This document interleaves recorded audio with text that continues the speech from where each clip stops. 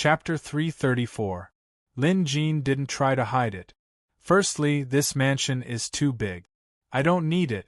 Secondly, I know the market price. A mansion like this with a garden would cost at least tens of thousands of silvers.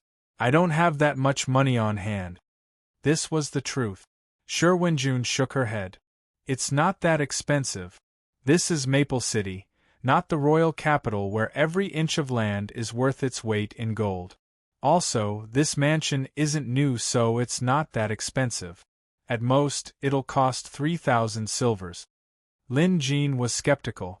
3,000 silvers was a huge sum of money to him, but it wasn't like he couldn't afford it.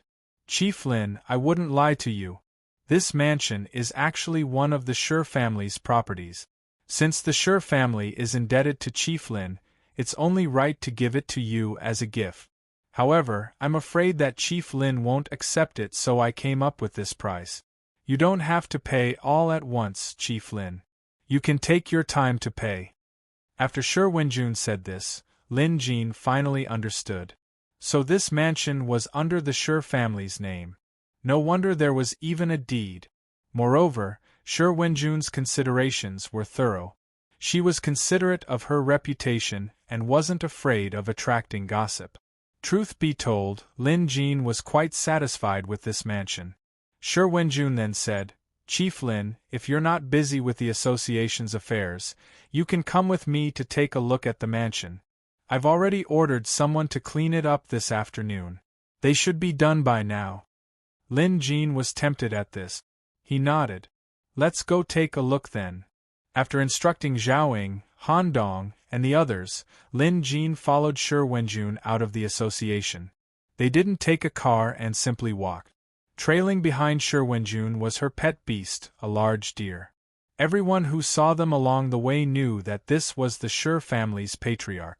The Shi family was famous in Maple City, and this amazing woman, Shi Wenjun, was also a figure many citizens of Maple City loved to talk about. Not only was she outstanding in terms of ability, but her beauty was also top-notch. The Shi family's patriarch lives up to her name. Who's that beside her? I can tell you're new here. That's Chief Lin of the Beast Appraisal Association. I see. It's no wonder the Shi family's patriarch is so respectful. Lin Jin was a legendary figure in Maple City. Most people treated him with respect. Of course, it was also because of his rapid rise that many were dissatisfied with him. Many people wanted to see him make a fool of himself. Coincidentally, a few people were walking toward them from the intersection up ahead. One of them was the #1 mentor of the Friar Association, Yi Yuzhou. In addition to Yi Yuzhou, Huang Fu-ming and several other mentors of the Friar Association were also there. Luo Beihe and Mr. Yi were also among them. It could be said that this lineup was unprecedentedly large. Almost all the high-ranking instructors of the Friar Association were present. Although not everyone knew who they were, there were those who did. They immediately made way for them and bowed respectfully, especially Yi Yuzhou. Those who were knowledgeable knew that not only was he the #1 mentor of Maple City's Friar Association, but he was also a guardian with a rank 4 pet beast. Naturally, his status was extremely high. Yes, Mr. Yi. My son is studying under Mr. Yi in the Friar Association. He's a man worthy of respect. Although Appraiser Lin isn't bad himself, he would still have to bow respectfully to these people. Of course. Some passers-by were whispering among themselves as they watched Lin Jin and Yi Yuzhou's group. In fact, Lin Jin had already noticed Yi Yuzhou's group. With a smile, he walked up to them. I'm Lin Jin. Greetings. Even though he was now the chief of the Beast Appraisal Association, Lin Jin didn't let his ego get the better of him, especially in front of so many people. He definitely couldn't be as close friends as he was with Yi Yuzhou in private, so he had to maintain the proper attitude. On the other hand, Yi Yuzhou returned Lin Jin's salute at once. Needless to say, Yi Yuzhou was well aware of Lin Jin's background. Huang Fu-ming, Luo Beihe, and the others simply understood that Lin Jin was no longer who he used to be, so they couldn't afford to be rude. Firstly, he was the chief of the Beast Appraisal Association. Secondly, he was a rank 3 beast appraiser and a guardian of the nation. Either way, he wasn't inferior to them. In fact, he might even be stronger than them. At once, the group bowed and greeted in unison, "Greetings, Chief Lin." Lin Jin smiled.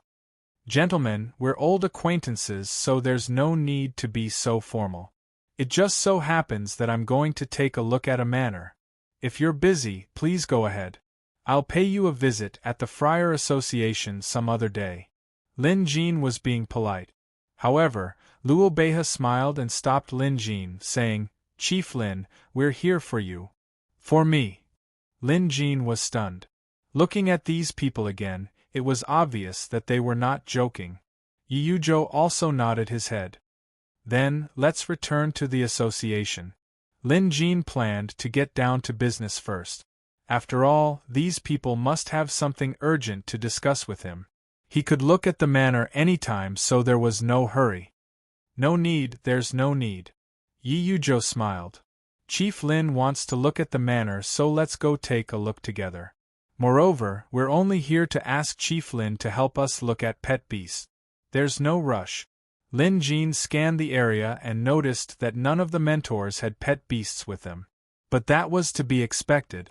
With their cultivation level, they must have cultivated the Beast Master Scroll, which allowed them to fuse their pet beasts with themselves.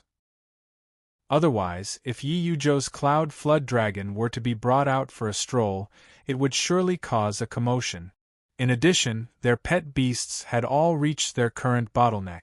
After all, they were all capable people who must have used various resources to raise their pet beasts' levels to the limit. In other words, at their current level, even taking a single step forward was extremely difficult. This was especially true for pet beasts. Regular beast appraisers could no longer help them, so they came to look for Lin Jin. To put it bluntly, they were asking for his help now. Lin Jin glanced at Yi Yuzhou and the latter gave him an embarrassed look. He was probably the one who brought these people here. Lin Jin didn't have to do it inside the association to look at their pet beasts. He could do it on the streets too. At his current level of beast appraising, anywhere was the same. And so, the group chatted as they walked. Having seen the world, Lin Jin was able to chat cheerfully even with the Friar Association's higher-ups without fear. Shi Wenjun, on the other hand, spoke less. She merely followed behind Lin Jin, smiling from time to time. These people were old acquaintances. Needless to say, Yi Yuzhou and Huang Fuming were Lin Jin's most respected mentors. Although the man had never taught Lin Jin before, Lin Jin was impressed by his high standards as a teacher. Although Luo Beihe was a female teacher with a headstrong personality, she treated Lin Jin well. Mr. Yi was cultured and gentle, which suited Lin Jin's temperament very well. Soon, Lin Jin understood the pet beast's conditions. Chapter 335. Lin Jin had already given Yi Yuzhou the evolution method for his pet beast, so he put that aside for now. Huang Fuming's pet beast was a rank 3. With Lin Jin's current level, appraising it was a piece of cake. The same went for the others. The mansion Shi Wenjun mentioned wasn't too far away, and it was located in a good location. Entering, the alley was quiet and the bricks were of excellent quality. The wooden double doors had a small stone beast in front of it. The craftsmanship was exquisite. Pushing the door open, the interior of the yard was paved with bricks as well. There was a green tiger on the wall and a beast pen was right in front. It was also clean and tidy. At first glance, Lin Jin fell in love with this mansion. Setting aside its tranquility, it was also much cleaner than his previous one.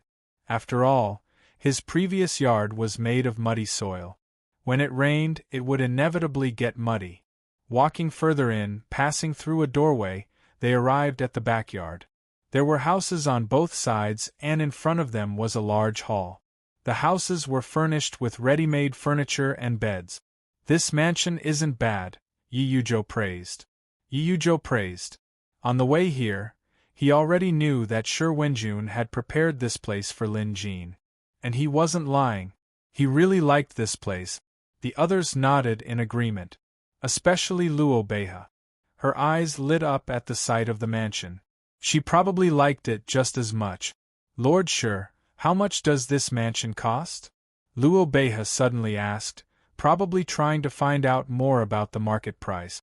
Shi Wenjun smiled and stole a glance at Lin Jin before saying, I'll sell this mansion to Chief Lin for 3,000 taels. 3,000. Luo Beihe's eyes widened. Just as she was about to say something, Mr. Yi quickly pulled her back. Still unhappy, she turned her head and glared at Mr. Yi angrily. The latter quickly whispered a few words to Luo Beihe. Realization dawned on her face and she muttered, Why do all the good things happen to others? The others understood and merely chuckled to themselves. Lin Jin noticed it too, but he didn't say anything. Shi Wenjun was clearly selling him at an extremely low price. Part of it was to maintain good relations with him, but the other part was to repay his debt of gratitude. Lin Jin knew this very well. Initially, he didn't want to accept this, but after coming in, he liked this place very much. The ancient trees in the courtyard were also quite artistic. He liked everything here. Since that was the case, there was no need to refuse. If he really felt bad about it, he could just help the Shi family evolve a few more pet beasts or give them a few more prescriptions. With that in mind, Lin Jin gladly accepted it. This is the place. And Lin Jin planned to move in today. He didn't want to delay any longer. It would naturally be good if he could move in earlier. Moreover, Shang Little Five, and the others had indeed been quite aggrieved during this period of time. The place they lived in was narrow, and he believed that they would also like it here. Following that, Lin Jin explored the entire manor with great interest. The more he looked at it, the more he liked it. Meanwhile, Luo Beihe whispered to Huang Fu Ming beside her, Mr. Huang Fu, do you think Lin Jin really accepted this mansion? The furniture alone is worth more than 3,000 taels. How could he be so shameless as to accept it? Huang Fu Ming was a righteous man. Although he acknowledged Lin Jin, he understood the principle of not accepting a reward without doing something. He could tell that this manor couldn't be bought for less than 20,000 silvers. Lin Jin buying it for 3,000 silvers was a blatant scam to the Shi family.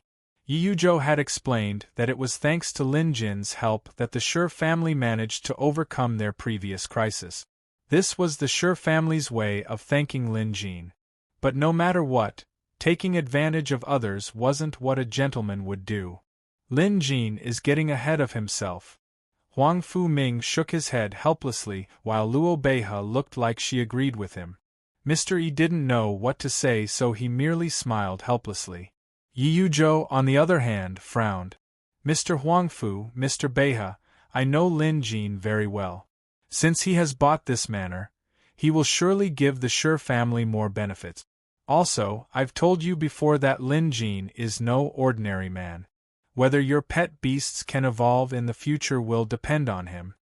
Yi Yuzhou had said something similar before, but never as bluntly as he did now. He wanted to let his friends know that they absolutely couldn't afford to offend Lin Jin. Because the consequence of offending Lin Jin was offending Curator. Even His Majesty the Emperor of Jade Dragon Kingdom didn't dare to offend Curator. Were they stronger than His Majesty? At Yi Yuzhou's words, Huang Fu Ming and Luo Beihe didn't say anything else. On the other side, Lin Jin had taken a look around the mansion and was very pleased with it. He was also sure that this mansion was extremely valuable. He glanced at Shi Wenjun, who smiled. Chief Lin, don't overthink it. I'm really just trying to repay your kindness. Alright, that's enough. I like this manor very much, but I can't just accept something so valuable from you for free. Lin Jin turned to Shi Wenjun's white deer. Shi Wenjun's white deer's name was Bai. Lin Jin already knew this. He also knew that the white deer was only rank 2 and had an average bloodline. It wasn't a rare beast that stood out from the rest of the pack. In the past, when Lin Jin's skills weren't that impressive, It honestly wasn't difficult for him to evolve this white deer. But now it was a piece of cake. Lin Jin caressed the white deer's head and said, "Your bloodline is average and your potential is average. Even if your master gave you a miracle pill, you could achieve rank 3 within 3 years, but that would be the end of your journey. You're in luck. Today, I'll help you achieve rank 3 and allow you to achieve rank 4 within a month. Consider this my way of repaying your master for giving you this house." Lin Jin nodded. Lin Jin didn't hide his words. If Shi Wenjun could hear him, so could Yi Yuzhou, Huang Fuming, and Luo Beihe. Everyone had their own thoughts. Yi Yuzhou obviously didn't doubt the veracity of Lin Jin's words. If anyone else said this, they would most likely be bluffing. But since Lin Jin said it, it couldn't be. The Shi family would probably have a rank 4 pet beast within a month. This wasn't something money could measure. A rank 4 pet beast was equivalent to a guardian beast of an intermediate country. Forget tens of thousands, even 1,000,000 would be more than enough. Shi Wenjun's eyes widened instantly. She had expected Lin Yao to help her pet beast evolve, but she didn't expect it to evolve to rank 4. This was akin to someone asking for money. They expected to receive 10 taels at most, but never did they expect the other party to give them 100,000 taels straight away. Sudden riches. That was how she felt. Now, even with Shi Wenjun's mental fortitude, she couldn't help feeling anxious. She knew what a rank 4 pet beast meant. Chapter 336. Was it really that easy to promote a pet beast to rank 4? Shi Wenjun trusted Lin Jin immensely. She also knew that Lin Jin was now a certified rank 3 beast appraiser. However, it was said that only a rank 4 beast appraiser could promote a pet beast to rank 4. She couldn't help but feel doubtful. If Shi Wenjun was in such a state, then the others would be even more so. Luo Beihe's eyes were wide open as she shook her head. Although he's talented, he's too arrogant and conceited.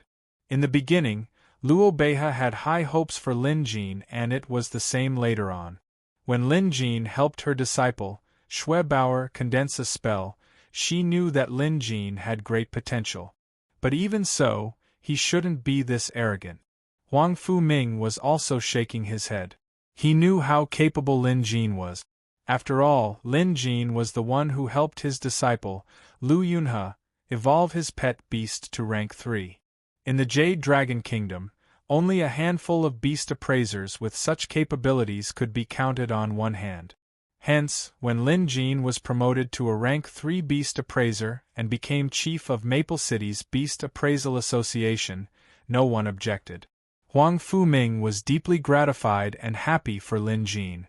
However, even though it was only a difference of 1 rank, there was a world of difference between rank 3 and rank 4.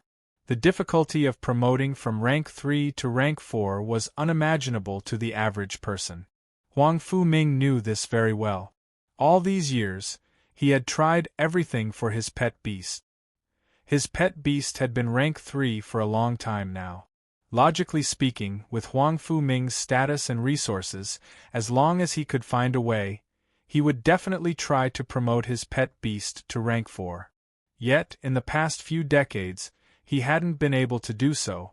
Huang Fuming had once visited famous beast appraisers in the Jade Dragon Kingdom to ask for advice on pet beast evolution.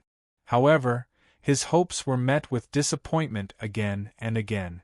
Whether it was the rank 3 beast appraisers in the royal capital or some rogue beast appraisers, none of them could do anything. Even if they had some ideas, they would all fail after trying. Eventually, Huang Fuming lost all hope and decided to give up on his pet beast evolution. But if it was possible, he would still fight for it. It was precisely because of how difficult and arduous this path was that Huang Fuming knew better than anyone else that for a rank 3 pet beast to advance to rank 4, it would still be dependent on the pet beast's own potential and luck. Otherwise, it would be a fantasy to even think about advancing. Shi Wenjun's white deer could only be considered an extremely common rare beast. Even a layman like Huang Fuming could tell this. Hence, when Lin Jin promised to upgrade the white deer from its current rank 2 to rank 4 within a month, Huang Fu-ming didn't doubt it. He simply didn't believe it. Whether or not he could advance to Tier 3 in a month's time was unknown. Despite his thoughts, Huang Fu-ming didn't voice them out loud. He just wanted to find a chance to have a good chat with Lin Jin. By now, he had lost all hope of having Lin Jin appraise his pet beast. Mr. Yi said nothing but stared curiously at Lin Jin. Although he too thought it was ridiculous for a pet beast to evolve into rank 4 in just a month, he could tell from Lin Jin's calm tone and calm gaze that he wasn't lying or exaggerating. Could it really be possible? Mr. Yi mumbled to himself. When Yi Yuzhou heard this, he said to Mr. Yi, "It's not a possibility. It's a certainty." This kind of affirmation, coming from someone of Yi Yuzhou's status, could not be ignored. Luo Beihe and Huang Fu-ming heard this as well. Both of them said nothing, but they were thinking the same thing. Why did Yi Yuzhou praise Lin Jin so much? While they were still pondering this question, an aura suddenly erupted from the white deer. Then, the white deer's body expanded abruptly. In addition to that, wood spirit energy emanated from the white deer, and a rich medicinal fragrance wafted through the air. Under the nourishment of this wood spirit energy, some of the flowers and trees in the yard began to grow rapidly. Some of them even bloomed into beautiful flowers in a matter of seconds. All of this happened right under their noses. Not only could one utilize elemental powers to advance from rank 2 to rank 3, but they could also change their body size. This was common knowledge, and as mentors of the Friar Association, Luo Beihe and Huang Fu-ming were well aware of this. Now that they saw it, they were dumbfounded. Shi Wenjun's pet beast, the white deer, had really evolved, and in such a short amount of time, it had evolved from rank 2 to rank 3. How did Lin Jin do it? After all, they believed that Lin Jin could evolve his pet beast from rank 2 to rank 3. After all, there had been cases of this happening before. However, they didn't expect the process to be so fast. It was so fast that they couldn't even react in time. This. Luo Beihe was flustered. She was speechless. She could still vividly remember the ordeal her pet beast had to go through to evolve to rank 3. Back then, she had put in so much effort for her pet beast to evolve. But now, compared to this white deer's evolution, her experience back then was nothing more than a joke. Evolving to rank 3 in an instant. Lin Jin really did it. Huang Fu-ming's expression changed. In the end, he broke into a smile. No wonder you hold Lin Jin in such high regard, Brother Yuzhou. Now that I know about it, I believe you. Evolving to rank 4 within a month. Huang Fu-ming had high hopes for Lin Jin, but he had previously thought that Lin Jin was just boasting. However, facts spoke louder than words. For a rank 2 pet beast to evolve to rank 3 in the blink of an eye, this was already beyond the capabilities of a rank 3 beast appraiser. Among the rank 3 beast appraisers in the entire Jade Dragon Kingdom, which one of them had such speed and skill? None. Not a single one. Lin Jin's skills have probably reached the level of a rank 4 beast appraiser. Yi Yuzhou suddenly dropped a bombshell, causing everyone's breathing to quicken. A rank 4 beast appraiser was no joke. No matter where one went, a rank 4 beast appraiser was highly respected. Moreover, an intermediate country like the Jade Dragon Kingdom didn't even have a rank 4 beast appraiser. Only premium countries would have a rank 4 beast appraiser in their rank. How was a rank 4 beast appraiser assessed? This wasn't something that could be assessed through examinations. To put it simply, anyone who mastered the method to evolve a rank 3 pet beast into rank 4 could be considered a rank 4 beast appraiser. If Lin Jin could really evolve the white deer into rank 4 within a month, he would undoubtedly be at the level of a rank 4 beast appraiser. Forget them, even His Majesty the Emperor of the Jade Dragon Kingdom would have to treat a rank 4 beast appraiser with respect. A rank 4 beast appraiser was a person who stood at the top of the world. Luo Beihe's heart was pounding. Just like Huang Fu-ming, she had initially accepted the evolution of her pet beast. But in reality, could she really accept it? Obviously not. If there was no chance, she could only let it go. But once an opportunity presented itself, she would do everything in her power to seize it. Even if she had to resort to some underhanded means, she wouldn't hesitate. Chapter 337. And the one who was most excited at this moment was obviously Shi Wenjun herself. After all, it was her pet beast that had just evolved. As the largest family in Maple City, the Shi family naturally had a rank 3 pet beast. However, as the family head, Shi Wenjun's pet beast was only rank 2. Although her supporters in the family didn't say anything, Shi Wenjun still felt pressured. Now that the white deer had evolved into rank 3, Shi Wenjun immediately felt what it meant to be proud and elated. What excited Shi Wenjun the most was the fact that rank 3 was just the beginning. Lin Jin had promised to achieve rank 4 within a month, and by the looks of it, there was a high chance of that happening. Once her pet beast evolved, it would be the biggest turning point in the Shi family's history since its founding. From then on, the Shi family would surely rise to the top. Shi Wenjun was so excited that her fingers were trembling. She clenched her fists with all her might to suppress her emotions. "Alright, you've just leveled up, so you'll need some time to get used to it. I could have let you reach rank 4 earlier, but it's better for you to stabilize yourself." Lin Jin patted the white deer's head and the latter chimed in affectionately. Lin Jin then turned to Shi Wenjun and said, "Lady Shi, I'm very satisfied with this mansion. Is it alright for me to move in today?" Sure, of course. Chief Lin, I'll arrange for someone to help right away." Shi Wenjun snapped out of her daze and hurriedly answered. Even though she was trying to suppress her excitement, it still showed on her face. Right now, she was like a little girl who had just received a new toy, exuding a unique sense of excitement. Lin Jin nodded. Moving was a huge project that he definitely couldn't handle. Even with Xiang'er and the others' help, it would still be difficult, so it was better to have someone to help out. Upon hearing that he would be moving on the same day, Yi Yuzhou immediately went over. "Chief Lin, moving is a big deal. I happen to be free, so I'd like to help out as well." Luo Beihe was quick to respond. "Since Mr. Yuzhou wants to help out, let us help out as well." Just like that, Lin Jin's move attracted the support of many of Maple City's top families and the Friar Association's advanced mentors. Lin Jin smiled and didn't reject them. There was no harm in having more friends. Moreover, he chose his friends based on his choices. Even if Luo Beihe was strong-willed, she was definitely someone worth befriending. Back then, when he first joined the Friar Association, she took the initiative to help him. Moreover, Mr. Huang Fu was a good teacher and helpful friend who recommended him to join the association. Hence, Lin Jin would gladly accept their kindness. He would definitely return the favor in the future. This was reciprocity. As for appraising these beasts, Lin Jin wasn't in a hurry. Because along the way, Lin Jin had learned everything he needed to know. This was what it meant to have a card up his sleeve. With help, things could be done very quickly, even if it was a very complicated matter like moving house.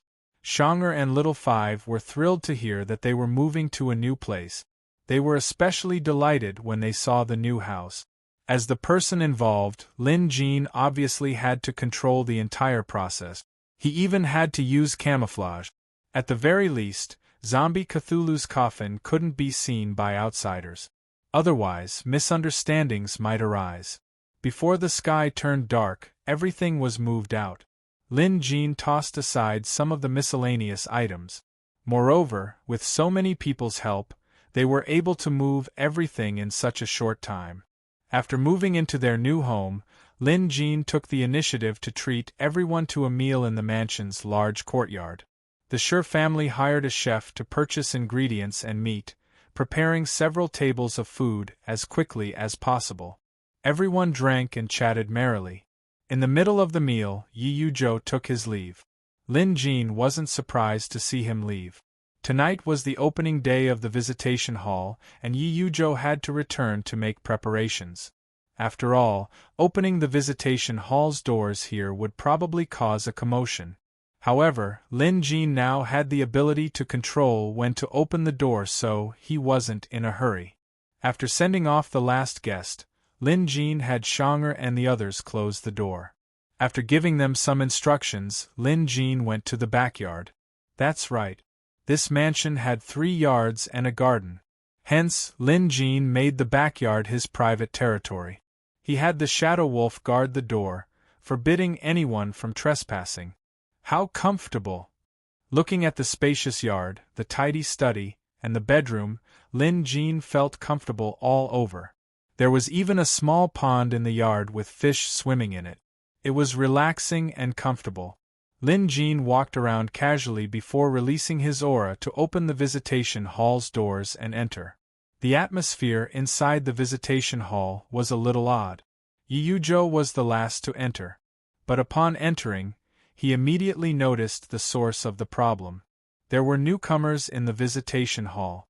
He Qing, Black Crow, Jiang Ziki, Old Tian, and Ghost Child were sizing up the 2 people on the other side with playful expressions. Upon seeing Yi Yujo enter, Old Tian immediately called out, "Old Yi, over here. Come over here." During their last visit to the visitation hall, the group had accidentally helped Old Tian's pet beast evolve into rank 4. Old Tian was no longer the same as before. With strength, he could speak and act with confidence. "Old Yi, you're here." Black Crow greeted as well. Yi Yujo smiled and walked over. He looked at the 2 people on the other side, a man and a woman. They probably didn't know each other as they were wary of each other. Looking closer, they must have entered from doors 11 and 12. The man looked guarded but was dressed extravagantly. One look was enough to tell that he wasn't an average person. The accessories he wore were mostly made of gold and jade. In terms of aura, this man was extraordinary as well. There were shadows of beasts surging around him, a clear sign that he had cultivated the Beastmaster scroll and reached the realm of unity of man and beast. The other woman was young but extremely dignified. Her clothes were simple and she looked like a regular girl. However, her fearlessness in the face of danger was a testament to her extraordinariness. She had no pet beast by her side, and there were no shadows of beasts surging around her. She looked ordinary. While others were looking at her, she was also observing them. Yi Yujo could understand their current state of mind. Wasn't he the same when he first arrived? He was confused, surprised, and even anxious, but that was fine. He just had to take it slow. Another one. Number 11 said at this time. He looked around and said coldly, "Who brought me here? Old 4, was it you? Or was it second brother?" Yi Yujo was taken aback.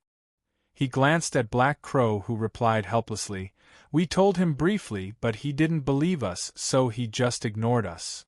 Over here, Black Crow, Jiang Ziki, and Ghost Child weren't the talkative type.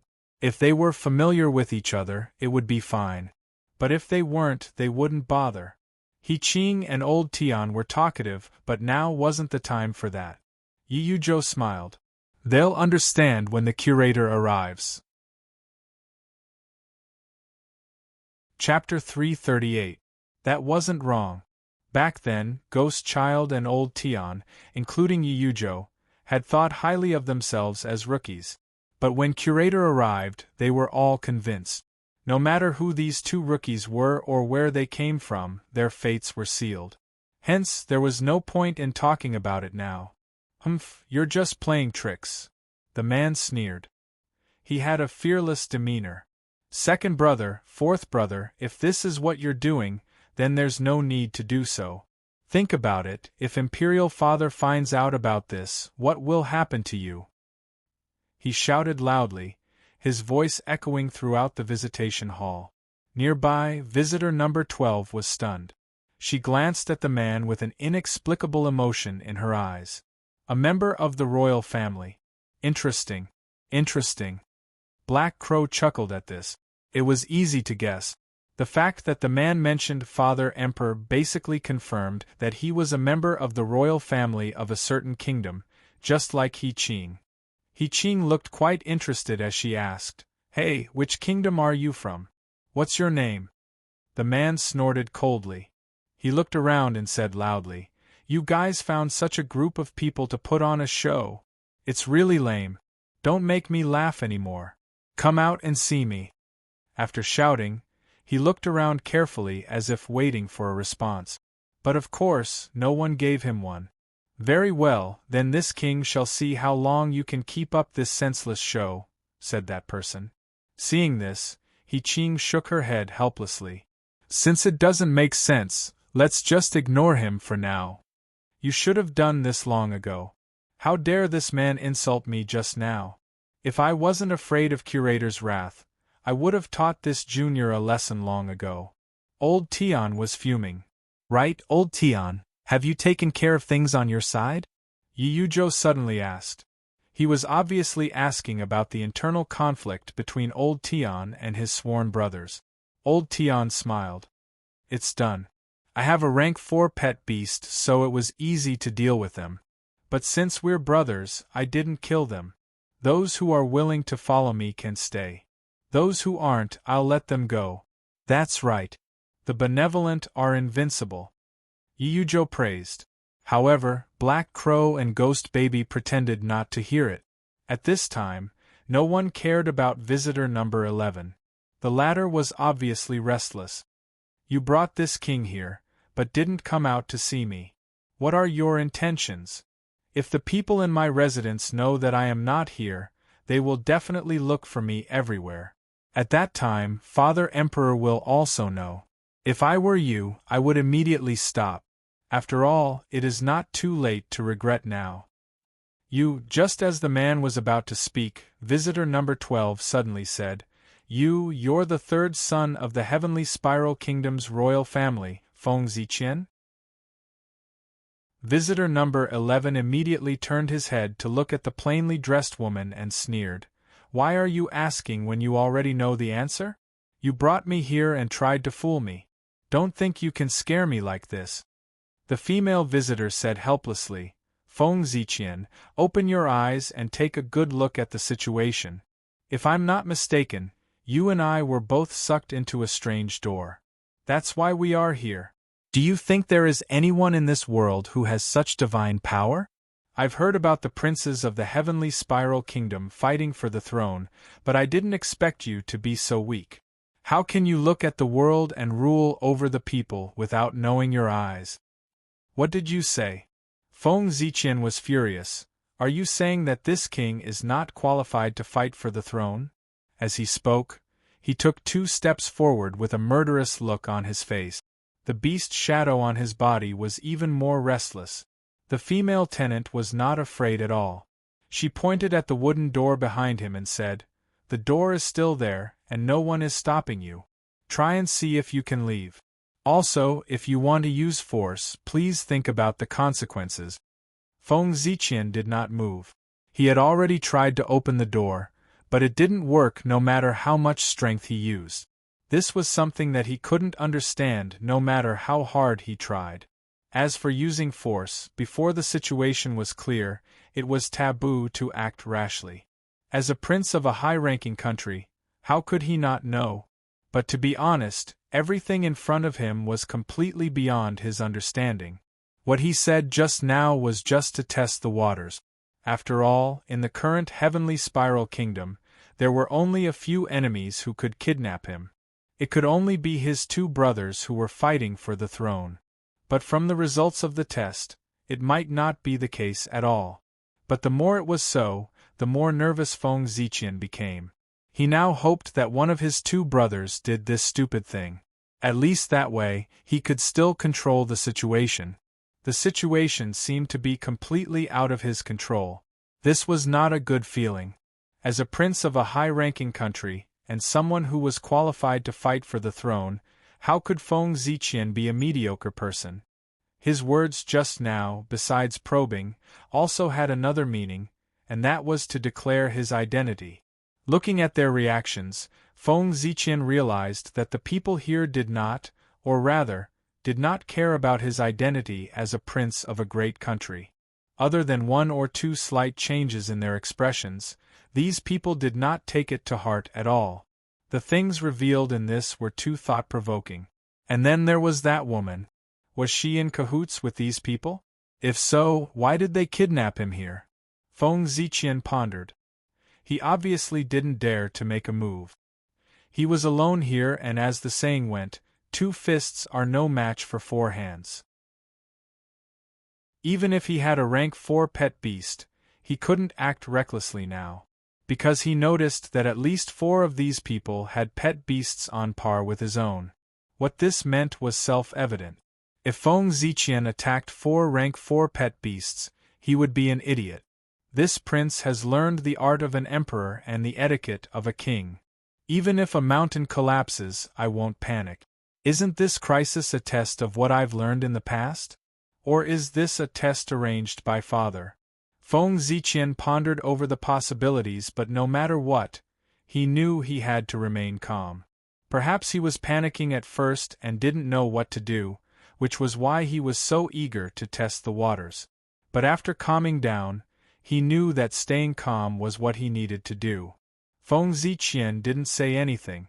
Compared to him, the other woman had been extremely calm since the beginning. She had only been observing, but she had rarely spoken.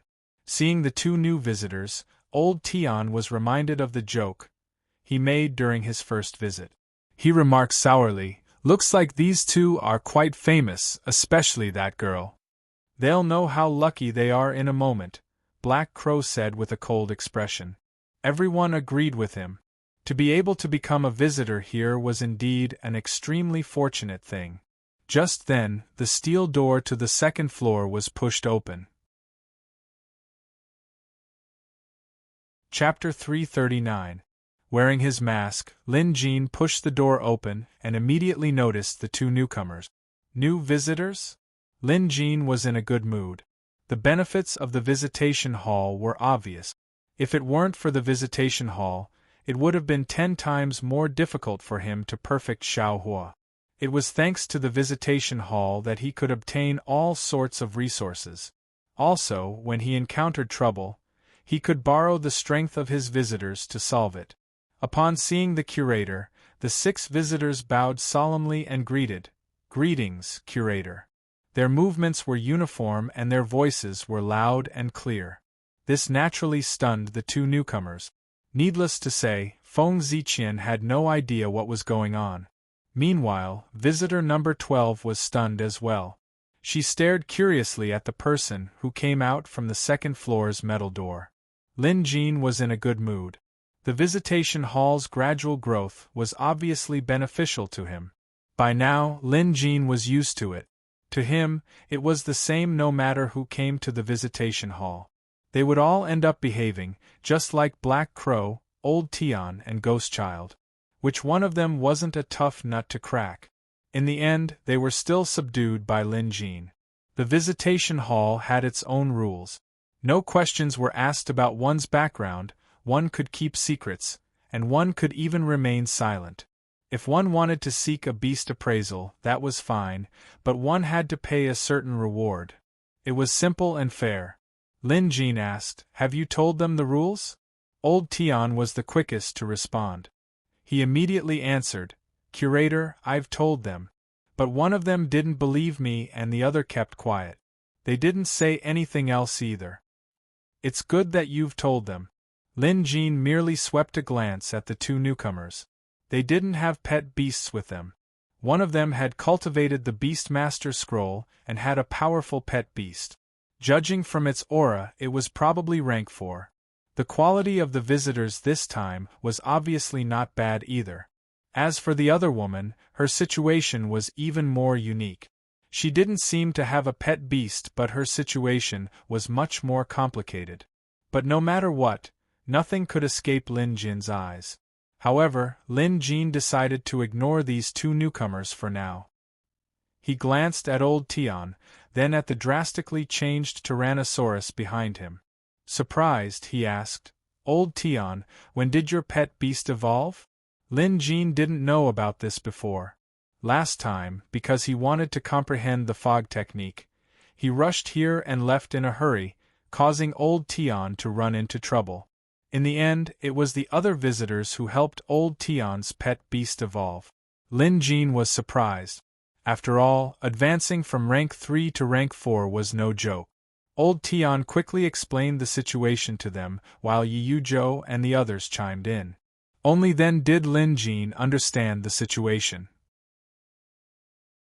Lin Jin had never expected this to happen. He looked at old Tian for a long time before saying one sentence. "You're really lucky." Lin Jin was right. Old Tian was indeed lucky. They were doing it according to the method he gave them, but it was still a rank 3 to rank 4, and they even dared to use the blood of so many pet beasts to activate it. Under normal circumstances, it was impossible to succeed. However, they had actually succeeded. This was definitely a fluke, and it was only possible because their luck was heaven-defying. Of course, it was also crucial that they were doing this inside the visitation hall. Since the visitation hall had the aura of the Museum of Deadly Beasts, it naturally increased their chances of success. No matter what, it's good that they succeeded. Lin Jin leaped down from the second floor. With a wave of his hand, old Tian's Tyrannosaurus ran over obediently and bowed at Lin Jin. The moment Lin Jin touched the Tyrannosaurus head, he immediately learned of the creature's condition. Holy sh*t. Even Lin Jin was startled by the sight. He knew this Tyrannosaurus would be powerful, but he didn't expect it to be this powerful. It was an unbelievable transformation.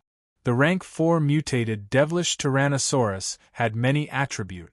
Simply put, it was a combination of the powers of Black Crow, Yu Zhou, and Ghost Child. To put it bluntly, the most powerful creature in the visitation hall right now wasn't the Black Falcon, Cloud Flood Dragon, or Babyface Spider, but this mutated devilish Tyrannosaurus. Old Tian was truly lucky. However, he was still lacking in strength and his blood contract level wasn't high enough, so he couldn't unleash the true strength of this mutated devilish Tyrannosaurus. If he could stand on equal footing with an expert like Ghost Child. However, Lin Jin didn't plan on telling old Tian about this right away. Old Tian still needed to be tempered and trained. Just then, Lin Jin turned to Madame Ghost Child. "Zombie Cthulhu should be fine. Let Coffin Man fetch him." Madame Ghost Child was elated. What came next was the usual questions and answers. Knowing the rules, Madame Ghost Child and the others had brought along some pet beasts' fur and blood for Lin Jin to answer all their questions. The two new visitors were carefully observing, watching, and listening to each other. As the third prince of the Spiral Great Nation, Feng Ziqian was naturally knowledgeable. As he listened, he noticed that something was amiss. The masked man, whom the others called the curator, seemed to have some skills. At least when it came to beast appraising, there wasn't a problem that could stump him. Feng Ziqian was acquainted with a rank 4 beast appraiser in their heavenly Spiral Nation. This curator before him was no less skilled in appraising rank 4 pet beasts than the rank 4 beast appraisers he knew. What is this place? Where did these people come from? Feng Ziqian could now tell that this wasn't the doing of his brothers, nor did it seem like his father. If this was a trap set up by his father, there must be a reason behind it. It must be to test them in certain aspects. But now, Feng Ziqian couldn't tell what it was. Adaptability? Definitely not. Mental state? It didn't seem like it. Also, although Heavenly Spiral Kingdom was a premium country with more than one rank 5 pet beast, rank 4 pet beasts weren't unknown. However, Feng Ziqian didn't know any of these people with rank 4 pet beasts. He hadn't even heard of them before. If they were from Heavenly Spiral Kingdom, Lin Jin should know a thing or two about them. Of course, it was also possible that they were people transferred from some remote cities and counties. This was also a possibility. Let's observe them for a while longer. Feng Ziqian decided to stay the course. After answering everyone's questions, Lin Jin turned to the two newcomers. "Newcomers, do you have any questions?" Lin Jin asked. No one made a sound. However, these two new visitors weren't exactly the same. Visitor 11, who was originally arrogant, was now a little cautious. There was a pensive look in his eyes, and it was obvious that he was thinking about something. The other visitor, number 12, was the most interesting to Lin Jin. Her mood and expression didn't seem to have changed since the beginning. Lin Jin saw only despair in her eyes. Chapter 340. This was Lin Jin's first time seeing such an emotion from a visitor of the visitation hall. The previous visitors were either arrogant, cautious, full of themselves, or weak on the inside. Regardless, none of them were like this woman. Using a popular saying Lin Jin often heard in his past life, this was a woman with a story. Of course, Lin Jin wouldn't proactively ask why she was in despair. If she had something to ask, the visitation hall wasn't a counseling room. If you don't have any questions, then according to the rules, I'll touch your pet beasts and we'll call it a day, Lin Jin suddenly said. The pet beast touching rule was something Lin Jin had set after Yu Zhou and the others arrived. He felt that the visitation hall should have some rules. By doing this, he could record new pet beasts' information and also establish his authority. Didn't Madame Ghost Child admit defeat just like that? At the curator's words, He Qing and the others looked over excitedly. This was their favorite part of the visitation hall, but they had their doubts as well. Take Yu Zhou and Ghost Child for example. With their high cultivation and extensive knowledge, they could tell that number 11, Feng Ziqian, had cultivated the Beastmaster Scroll and achieved unity with his pet beast. If they could tell, there was no way the curator couldn't. However, it was a different story for number 12. No matter how they looked at it, this woman didn't have a pet beast with her, nor did she have the aura of the Beastmaster Scroll on her. She shouldn't have a pet beast either. But the curator had said, "You guys," which meant there were two of them. "Old Yi, do you think that woman has a pet beast with her?" Black Crow asked in a low voice, confused as well. Yu Zhou shook his head. "I can't tell and I can't sense her aura either. I don't think so. Of course, we can't rule out the possibility of some special spells. Why don't we ask Ghost Child? She's just as knowledgeable as I am." Both men turned to Madame Ghost Child. The latter seemed like she wanted to say something but stopped herself. Then, she shook her head at them. It seemed like she couldn't tell either. "Let's just watch. We can't tell, but the curator can." Everyone agreed with this statement.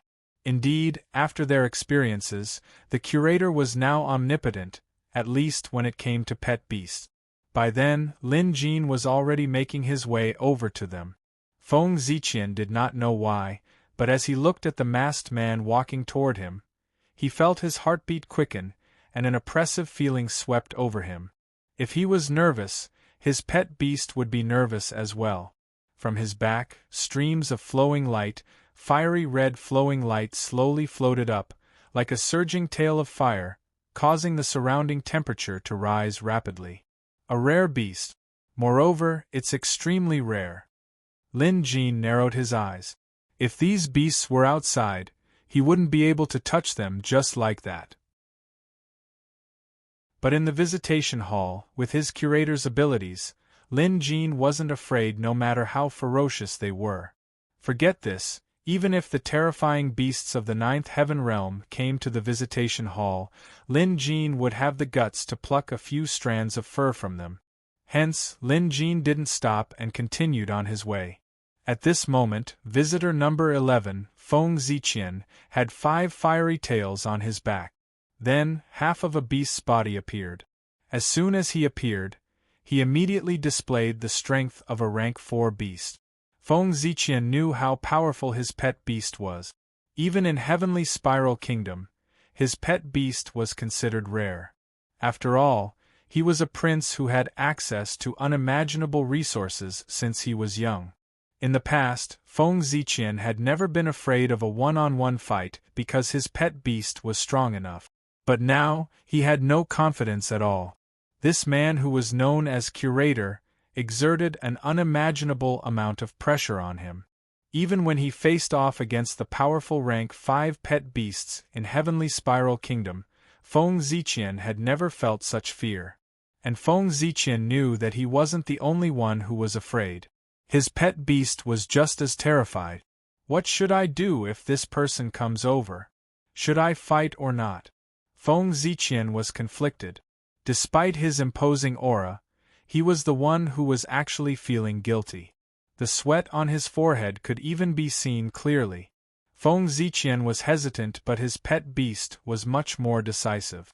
It separated itself from its master and was a 5-tailed leopard the size of 2 cows. It had white brows on its forehead, and its cries were so loud that it hurt one's eardrums. With a horn on its head, it was definitely not a beast one would see on a regular basis. All 5 tails were glowing in flames. Needless to say, this beast was of the fire attribute. Its aura was incredibly powerful, even overpowering Yiyuzhou, Black Crow, and Madame Ghostchild's pet beasts. Even the mutated demonic Tyrannosaurus was restless. "What a powerful beast!" Lin Jin exclaimed before reaching out to touch it. This time, before Lin Jin could touch it, the beast had already lowered its head. However, Lin Jin could tell that it was baring its fangs out of nervousness and was even trembling. However, after Lin Jin placed his palm on its head, the beast gradually calmed down. It was instantly appeased. Even Feng Ziqian's mood took a turn for the better. After all, after cultivating the Beastmaster Scroll, humans and beasts could become one, influencing each other. To Yiyuzhou and the others, this scene was nothing out of the ordinary. But to Feng Ziqian and visitor number 12, it was terrifying. Although Feng Ziqian's emotions had been appeased, he was now in shock. No one knew his pet beast better than he did. He could confidently say that not even a rank 4 beast appraiser in Heavenly Spiral Kingdom could do this. In fact, even a handful of rank 5 beast appraisers in Heavenly Spiral Kingdom might not be able to do this. And yet, this masked man before him had done it. Who exactly was he? Feng Ziqian was now certain that this wasn't something his brothers could do. The reason was simple. Even a prince of Heavenly Spiral Kingdom couldn't find an expert beast appraiser who could subdue his pet beast in an instant. Moreover, his pet beast didn't resist at all. This was the scariest part. At that moment, Feng Ziqian understood that this curator was at least a rank 4, no, a rank 5 beast appraiser. Even in a premium country like Heavenly Spiral Kingdom, the number of rank 5 beast appraisers in the country could be counted on one hand. More importantly, even a prince like Feng Ziqian had to be respectful to a rank 5 beast appraiser. This was because rank 5 beast appraisers usually had rank 5 pet beasts. There were even rumors that some rank 5 beast appraisers had rank 6 pet beasts. Could this curator be a rank 5 beast appraiser too? A thought popped into Feng Ziqian's mind. Chapter 341. If that was the case, not even Father could order a rank 5 beast appraiser to do anything. In the Heavenly Spiral Kingdom, rank 5 beast appraisers were the greatest resource. If any of the princes who were interested in becoming the crown prince could recruit a rank 5 beast appraiser, they would have a huge advantage. There was a saying in the Heavenly Spiral Kingdom: 5 rings suppressing the kingdom. A rank 5 beast appraiser was a force to be reckoned with in a premium country. One could easily imagine how powerful this person was. Even if this curator wasn't a rank 5 beast appraiser, he was at least a rank 4 beast appraiser, which made him worth recruiting. Just as Feng Ziqian was letting his imagination run wild, he heard the curator say, "Rank 4 menacing beast, fire attribute." Following that, Lin Jin divulged every detail about Feng Ziqian's pet beast, leaving Feng Ziqian shuddering in fear. The other party actually knew so much about it. How was this possible? Of all the beast appraisers Feng Ziqian had met, none of them had this level of skill unless they already knew about his pet beast. This made Feng Ziqian suspicious again. But when he thought about it, it didn't seem right. It was too detailed. There were some things that even he didn't know about. For example, when the other party said that when his beast was young, it had been burned by lightning, and even now, there were still hidden dangers. Feng Ziqian didn't know about this, but at the same time, he also felt that the other party wasn't spouting nonsense. After all, everything that he had said was correct, and there wasn't even the slightest mistake. Lin Jin patted the menacing beast's head before caressing its horn. Not bad potential, not bad aptitude. Based on the current situation, there's a slight chance that you'll get promoted to rank 5 in a few years. Having said that, Lin Jin added, "Go back." The ferocious beast immediately turned into a ball of fiery light and burrowed into Feng Ziqian's back. This made Feng Ziqian's heart race again. This pet beast of his usually had a bad temper. Other than Feng Ziqian's name, it wouldn't listen to anyone. Even the rank 4 beast appraisers he knew were the same. At that moment, his evaluation of the curator in front of him rose by another level. After petting number 11's pet beast, Lin Jin turned and walked over to number 12. This startled visitor number 12, and she instinctively took a step back. After all, ever since she entered the visitors' hall, she had appeared extremely calm and indifferent. Even when Feng Ziqian revealed his murderous intent, her expression did not change. This calm state of mind was indeed extraordinary. But at this moment she was actually a little flustered. Although the person in front of her was wearing a mask and his facial features could not be seen, this person actually caused Zhao Jingyan to feel a little flustered. This had never happened before. Zhao Jingyan's background was extremely special. She originally had a lofty status and tyrannical strength. In her eyes, ordinary kingdoms were nothing at all. Unfortunately, she encountered a huge unforeseen event, and this unforeseen event could kill ordinary people 800 times over.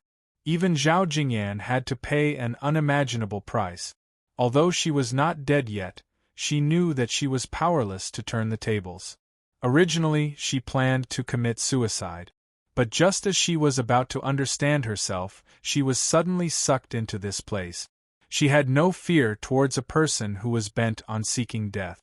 Earlier, she even hoped that Feng Ziqian would kill her so that she could fulfill her wish. However, she was also curious about what kind of place this visitation hall was. Hence, she had been listening attentively, trying to figure out how credible this story was. And when the curator, whom the other visitors had been talking about, appeared, Zhao Jingyan knew that he was telling the truth. Especially after witnessing how easily this curator subdued Feng Ziqian's menacing beast and understood the beast's condition in an instant, she knew that this curator was probably a rank 5 beast appraiser, even if he didn't have the corresponding beast pattern on his sleeve. In fact, how could a true expert in this world be restricted by the level of others? But even if he was a rank 5 beast appraiser, it wasn't as if she had never dealt with one before. Logically speaking, she shouldn't be afraid. But for some reason, Zhao Jingyan felt an inexplicable sense of panic when she saw the masked man approaching. Reality wouldn't change according to her thoughts, so he didn't stop and continued walking until he was right in front of her. "What are you doing?" Zhao Jingyan couldn't resist asking. Of course she had to ask. This man said he wanted to touch Feng Ziqian's pet beast. He could touch Feng Ziqian's pet beast, but he couldn't touch Zhao Jingyan's pet beast. Because this was also one of the reasons why Zhao Jingyan felt despair. Her pet beast was dead. To anyone, the death of a pet beast was a big deal, especially to Zhao Jingyan. Although this was only one of the many shocks she had suffered, this was undoubtedly the biggest one. And now that her pet beast was dead, how could this curator touch it? Could he be using this as an excuse to touch someone else's body? Zhao Jingyan couldn't help but think of the dark side. Lin Jin obviously had no idea what was going through this woman's mind. He had long been curious about her, or rather, curious about the unique aura she exuded. She had definitely cultivated the Beastmaster scroll before, and she had probably cultivated the third scroll. In this world, other than Lin Jin, who had cultivated the Beastmaster 4th scroll, the best anyone else could achieve was at most the 3rd scroll. Those who had cultivated the Beastmaster scroll would have their pet beast's aura, allowing them to determine the pet beast's current condition. Behind this woman, Lin Jin saw something through the curator's mask. Ashes. There was a pile of ashes around this woman. Normal people wouldn't be able to see it, not even experts like Yi Yuzhou. But clearly, that pile of ashes couldn't escape Lin Jin's eyes. Especially in the visitation hall, Lin Jin's 5 senses were much sharper than outside. With the curator's mask, he could see things ordinary people couldn't. And that was the ashes. And so, Lin Jin reached out and grabbed at the spot where the ashes were the thickest. Shameless! Zhao Jingyan wanted to retaliate at the sight of his hand. However, she had lost her pet beast. Even though she wasn't weak herself, her opponent was Lin Jin. A single needle was enough to deal with her. The acupuncture numbed her. Zhao Jingyan felt a sharp pain in her neck. Then, to her horror, she realized she couldn't move. In an instant, a chill ran from her neck all the way down to her toes. This woman wasn't a beast, so Lin Jin's coercion was ineffective. But to make someone behave, Lin Jin had plenty of tricks up his sleeve. In an instant, Lin Jin grabbed that pile of ashes and forcefully pulled it out from its concealed state. This process wasn't completely silent. On the contrary, it was extremely loud. To the others, they suddenly saw a ball of ashes emitting from the curator's palm. It was as if he was holding onto a pile of charcoal that was about to burn out. That pile of charcoal was emitting scorching heat. Mixed with the smoke of ashes, it was an intimidating sight. Chapter 342. This scene shocked everyone present. Be it He Qing, Yi Yuzhou, or Madame Ghostchild, everyone was startled, unable to figure out what was going on. Zhao Jingyan's eyes were also wide open. She was so shocked that she couldn't speak. Lin Jin sensed the power of the ashes in his hand. Truth be told, he could only see the ashes before, but he had no idea what they were. This was also why Lin Jin wanted to grab them. Without touching them, he wouldn't know what they were. Now Lin Jin knew. Under the mask, Lin Jin's expression was equally fascinating. Visitor number 11's menacing beast had shocked Lin Jin quite a bit. That was an extremely rare and powerful pet beast, but compared to visitor number 12, it was nothing. A phoenix? Lin Jin was genuinely surprised. To Lin Jin's knowledge, phoenixes were mythical beasts. They were truly legendary existences. Of course, after coming to this world, Lin Jin had come across many rare beasts, so it wasn't surprising to see a phoenix. However, this was his first time seeing one. Moreover, this phoenix was dead. A dead person was like an extinguished lamp. It should be the same for a dead pet beast. So why was there still an aura of ashes lingering on the blood contract owner? Logically speaking, there shouldn't be any aura left. What's more, Lin Jin could gather and retrieve it. Staring at the scorching ashes in his hand, Lin Jin fell into deep thought. Although he didn't ask, Lin Jin now had a rough idea of why this woman was in despair. No one would be happy about the death of such a rare pet beast. What Lin Jin was looking at was the museum's information on phoenixes. The museum could display the pet beast's original appearance. No doubt, this phoenix's aura was a little different from what Lin Jin had imagined. Still, it wasn't bad. It had a powerful aura and its flaming feathers were somewhat similar to the golden crow Lin Jin had seen before. Initially, Lin Jin thought the phoenix was stronger than the golden crow, but after comparing it with the museum's data, he realized that while the phoenix was strong, it was still a far cry from the golden crow. Lin Jin couldn't help but recall the golden crow he saw at the Nine-Heaven Realm. Back then, when the golden crow flew past, no beast dared to ambush it. This aura alone was unique. Of course, this phoenix was definitely not weak. Its grade was also high. It had reached Tier 5 before dying, which was quite impressive. These thoughts merely flashed across Lin Jin's mind. At the same time, everyone in the visitation hall was stunned by the curator's method. Even Zhao Jingyan didn't dare to make a sound. Other than shock, she was more curious. As Lin Jin held the scorching ashes in his hand, he could see that the sparks on the ashes were slowly diminishing. According to the museum, as long as there were sparks, a dead phoenix could still be reborn through nirvana. However, there was no such thing as nirvana in this world. Lin Jin stared at the ashes in his hand. After a moment of thought, he said, "It was fate that brought us together. Since that's the case, I can't just watch you die like this. Forget it. It's not a big deal anyway. I'll give you a chance to rise to nirvana." Lin Jin said this to ember in his hand. Then, he clenched his fist and a majestic flame burst out from his hand. The heat forced everyone to take a step back. The flames burned so brightly that the others shuddered in fear. None of them dared to come into contact with this kind of flame. If they even touched a little, they might not be able to survive. However, the curator seemed unfazed. He continued to tighten his grip and strange cracking sounds could be heard. With each crack, sparks flew out and the heat and smoke increased. However, the smoke didn't disperse. Instead, it gathered above his head in layers like rolling black clouds. Strangely, the smoke seemed to have a mind of its own. "Condense!" Lin Jin shouted, abruptly increasing his strength. He was obviously using his Dharma body. With the help of the curator's mask, the Dharma body's strength was more than doubled.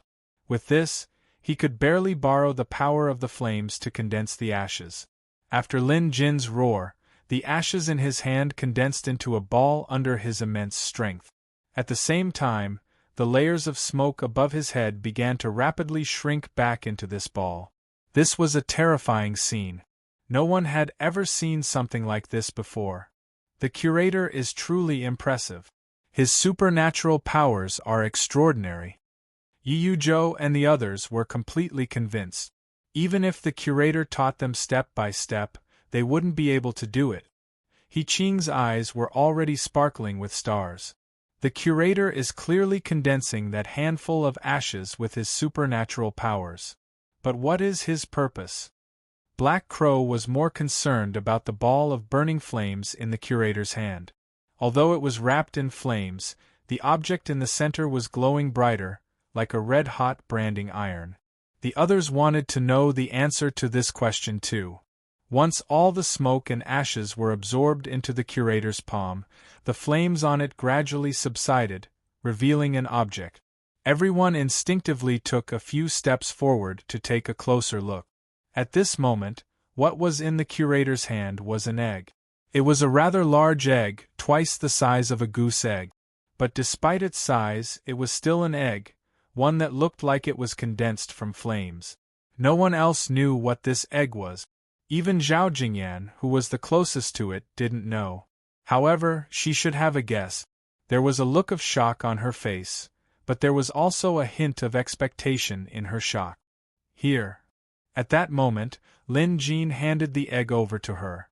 She received it in a panic like a frightened little girl. If anyone who knew Zhao Jingyan were to witness this scene, their jaws would definitely drop. The Grand Commander of the Phoenix Palace had actually been frightened by someone. Moreover, she had even lost her head out of fear. This was because the former had been very casual with her, but her actions of receiving it were very careful, not daring to touch it. Ignoring her, Lin Jin was enjoying himself. Earlier, he was borrowing Xiao Hua's Dharma body's flames to help the phoenix condense its nirvana body. In other words, that egg. To Lin Jin, it was beneficial for him as he absorbed quite a bit of the phoenix's flames. This was beneficial for strengthening Xiao Hua's Dharma body and enriching his dragon fire.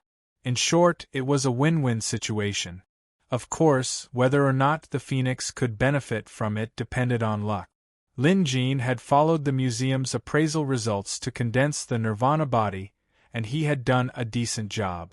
But whether or not this egg could hatch, and whether or not the dead phoenix could be reborn were all unknown. There was a chance of success, but there was also a chance of failure. Of course, Lin Jin wouldn't say much about this now. She didn't ask either. Chapter 343. Perhaps because of his earlier performance, everyone was stunned. Lin Jin decided to call it a day. He wanted to go out and study the mysteries of his phoenix flames. If he could learn the mechanics of nirvana, that would be even better. Is there anything else? If not, I'll be leaving.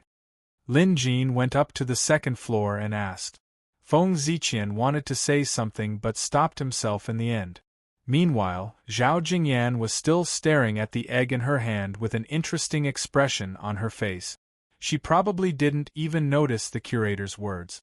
Other than He Qing asking when the curator would be able to visit the royal capital again, the others didn't have any other questions. After all their questions had been answered. With that, Lin Jin nodded and left. After the curator left, the other visitors would stay behind to keep in touch and improve their relationship. This had become a tradition in the visitation hall. This time was no exception. However, this time, the old tenants were all looking at the two new visitors. Only then did Zhao Jingyan notice that the curator had left. She immediately snapped out of her daze and hurried forward. Will he be back? The visitation hall opens once every 7 days. If you want to meet the curator, you'll have to wait 7 days.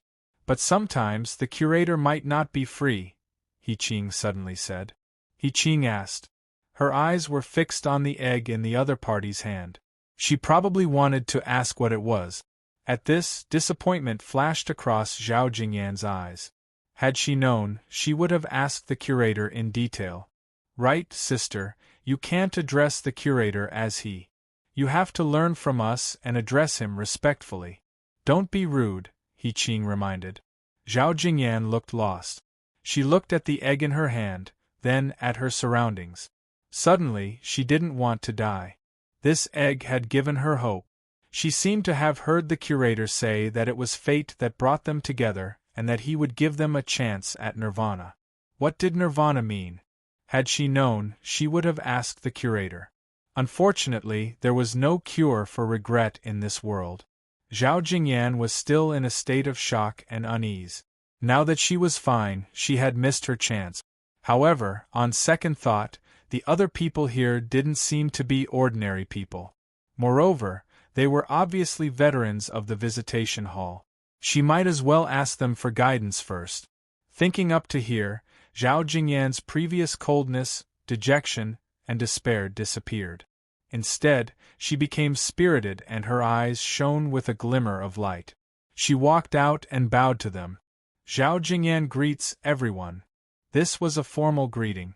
Yu Zhou and the others also returned the greeting because they also wanted to ask about Zhao Jingyan's situation. Sister Zhao, you don't have to say your real name here. After greeting each other and chatting for a bit, He Qing confidently said, just replace it with a nickname. Although she said that, in reality, she and the others already knew each other's ins and outs. Zhao Jingyan smiled. It didn't matter to her. Right now, she was more concerned about some things. Everyone, the curator said that it was fate that brought us together, so he gave us a chance at nirvana. May I ask, what does nirvana refer to? Zhao Jingyan asked humbly. However, she had obviously asked the wrong person. Although Yu Zhou and the others were knowledgeable, the word nirvana did not exist in this world. Therefore, even someone as knowledgeable as Yu Zhou could not answer this question. Zhao Jingyan was naturally a little disappointed. However, she remembered that this place would reopen in 7 days, and the mysterious curator would come again. When that time came, she could ask him again. With that, she was in a good mood again. Thinking of the curator, Zhao Jingyan began to ask others in great detail. On the other side, Feng Ziqian also tilted his head and secretly listened. He had also come to a realization. Looking at the current situation, he was sure that this had nothing to do with his brothers and his father. This was the territory of a hidden expert, and he was completely lucky to be able to come here. In Feng Ziqian's opinion, this was great luck. Most of the descendants of the royal family were arrogant and foppish, but it was also a place where talents could be produced. After all, the education and resources that they received from a young age were not something that ordinary people could compare to. There were many princes in the heavenly spiral kingdom, but since Feng Ziqian was qualified to fight for the throne, he was definitely no mediocre person. After confirming that this visitation hall had nothing to do with his brothers and father, Feng Ziqian understood that this was a great opportunity for him. He could see that visitor number 12's pet beast must be extraordinary. The fact that she could call out his name meant that she was no ordinary person. When she introduced herself, Feng Ziqian had been listening carefully. When he heard the name Zhao Jingyan, he found it familiar, as if he had heard it somewhere before. Feng Ziqian thought about it again, and suddenly, his heart skipped a beat. I think the commander of Phoenix Palace is called Zhao Jingyan. Could it be her? Feng Ziqian was visibly excited. He continued to calculate in his heart. This Phoenix Palace is a hidden sect that is incomparably powerful. It can be compared to a large country and has an extremely high status. However, I heard that something happened recently. I don't know the specifics, but if this Zhao Jingyan is the great commander of Phoenix Palace, then it means that something big must have happened to Phoenix Palace. Could it be that someone is plotting a rebellion? Feng Ziqian was making wild guesses. No doubt, this was an opportunity for him. If he could form a relationship with this Zhao Jingyan, it would definitely be beneficial. That would be equivalent to forming an alliance with Phoenix Palace. His chances of winning the crown prince's position would be much higher. Thinking of this, Feng Ziqian leaned over and interjected, "The meaning of nirvana sounds mysterious, but it should be a good thing."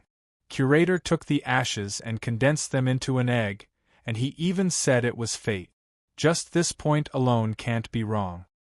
Zhao Jingyan understood that he was comforting her. She glanced at Feng Ziqian and nodded.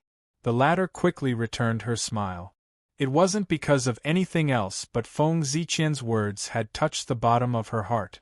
At first, she was filled with despair and had no desires. But now, she had a glimmer of hope. Although she was confident, she still needed someone else's affirmation. This was all psychological. On the other side, Yi Yuzhou suddenly opened his mouth and said, "I've heard people say that there's a mysterious palace in the southern continent. It's built on the Scarlet Flame Mountain, and it's hidden and hard to find. People call it the Phoenix Palace, and there are many experts there. Its commander is called Zhao Jingyan." This was a direct question. Chapter 344. Truth be told, only a handful of people here knew of Phoenix Palace, and there were probably no more than 3 who knew of Zhao Jingyan's name. Coincidentally, Yi Yuzhou loved to read and had a hobby, which was to find out about the world's strange happenings. He just so happened to know about the Phoenix Palace. He also knew that the Phoenix Palace had existed for at least 300 years. Some people said that its strength was comparable to a large nation. In other words, there was a rank 5 pet beast guarding it. There are phoenixes in Phoenix Palace. Their fire control abilities are unparalleled. Yi Yuzhou recited a twisted poem he had heard from somewhere. Although Feng Ziqian had his guesses, he wasn't the type to ask questions directly. It was normal for royalty to be shrewd. Yi Yuzhou didn't beat around the bush, at least not in the visitation hall. His question was direct, and so was Zhao Jingyan's answer. Yes. One word was enough to confirm her identity. She then told him about her recent encounters. It turned out that other than her, the commander, there were also the palace lord and the deputy commander. Just like the imperial court, the palace lord was the king and the commander was the marshal. There were also various supervisors and managers. There was a clear division of labor. Zhao Jingyan was the kind of person who stood above all but one. But recently, something had happened to the Phoenix Palace. The palace master had gone into seclusion for 3 years and hadn't come out for 3 years. As a result, the situation within the Phoenix Palace had become chaotic. Naturally, the palace master couldn't take charge, so it was reasonable to say that Zhao Jingyan, the great commander, should be the one to support the situation, and this was what she did. But the problem was, there were people who weren't convinced. Later, the deputy commander and the 8 supervisors of Phoenix Palace suddenly attacked Zhao Jingyan. Not only did they injure her, but they also killed her pet beast. In the end, Zhao Jingyan was lucky enough to escape, but she lost many of her trusted aides. After that, she was at her wits' end and fell into despair. She wanted to end her life, but she didn't expect to be sucked into the visitation hall for no apparent reason. She didn't hide anything. Firstly, there was no need to hide something like this. Secondly, she knew that this was an opportunity. She had a blood feud, so she naturally wanted to take revenge. Hence, she had to grab this opportunity. Since that was the case, it was best to be honest. After experiencing pride, betrayal, and despair, Zhao Jingyan realized that she was much more mature than before. Such an experience was indeed tragic. At the very least, He Qin kept consoling him. I've heard of the Phoenix Palace as well. We even crossed paths a long time ago, Madame Ghostchild suddenly spoke up. Zhao Jingyan had long noticed Madame Ghostchild. What she had guessed earlier was now out in the open. May I ask if you're Madame Ghostchild, one of the 5 Nanling deities of the southern continent? Madame Ghostchild smiled. There aren't many people in the southern state who know about the 5 Nanling immortals. This was an indirect admission. 50 years ago, my master had a good relationship with the southern mountain 5 deities. It's my honor to be able to meet Senior Ghostchild today. Zhao Jingyan bowed. Just like that, she managed to capture both He Qin and Madame Ghostchild in an instant. Now that the 2 women were taken down, the remaining men were even easier to take down. Amazing! Feng Ziqian felt his scalp tingle. He finally realized that he would be a frequent visitor of the visitation hall from now on. Of course, he had to build a good relationship with the people here. This was the basic quality of socializing among royalty. He scored full marks for this. Even if he was facing someone he didn't like, he could still chat for an entire afternoon. Moreover, he didn't dislike the people here. Anyone who was valuable to him was someone he could rope in. I've never heard of the 5 Nanling deities, but I can ask around when I get back. Still, someone who can make someone like Zhao Jingyan address him as senior must be someone extraordinary. Feng Ziqian thought to himself. Now that he had found a topic of conversation, he immediately led it to himself and introduced himself. Since everyone knew who he was, there was no need to hide it, so Feng Ziqian told them the truth. The status of a prince of a premium country was indeed impressive. Even people like Black Crow and Ghostchild wouldn't dare to slight him. Villainous experts like them could crush a small country and ignore an intermediate country, but they couldn't possibly go up against a premium country. A rank 5 pet beast wasn't something they could handle. Among the villainous experts, other than a handful with rank 5 pet beasts, the rest wouldn't dare provoke a premium country. Therefore, everyone present nodded at Feng Ziqian in return. After all, this prince of a high-rank country did not put on any airs and was very approachable. And so, the 2 newcomers soon mingled with the others. They also learned about the visitation hall and the curator. After listening to the others, they were even more certain of their guesses. The curator must be a rank 5 beast appraiser. Lin Jin was oblivious to all this. After exiting the visitation hall, he began studying the Phoenix Fire in his spacious new mansion. The second half of the night flew by and Lin Jin only came back to his senses at dawn. The Phoenix Fire is truly impressive. The results of Lin Jin's research excited him. The Phoenix Fire was even more powerful than the dragon fire he cultivated before. However, to make it his own, it would take time and he would need a real tinder. To put it bluntly, Lin Jin was hoping visitor number 12's phoenix could be reborn.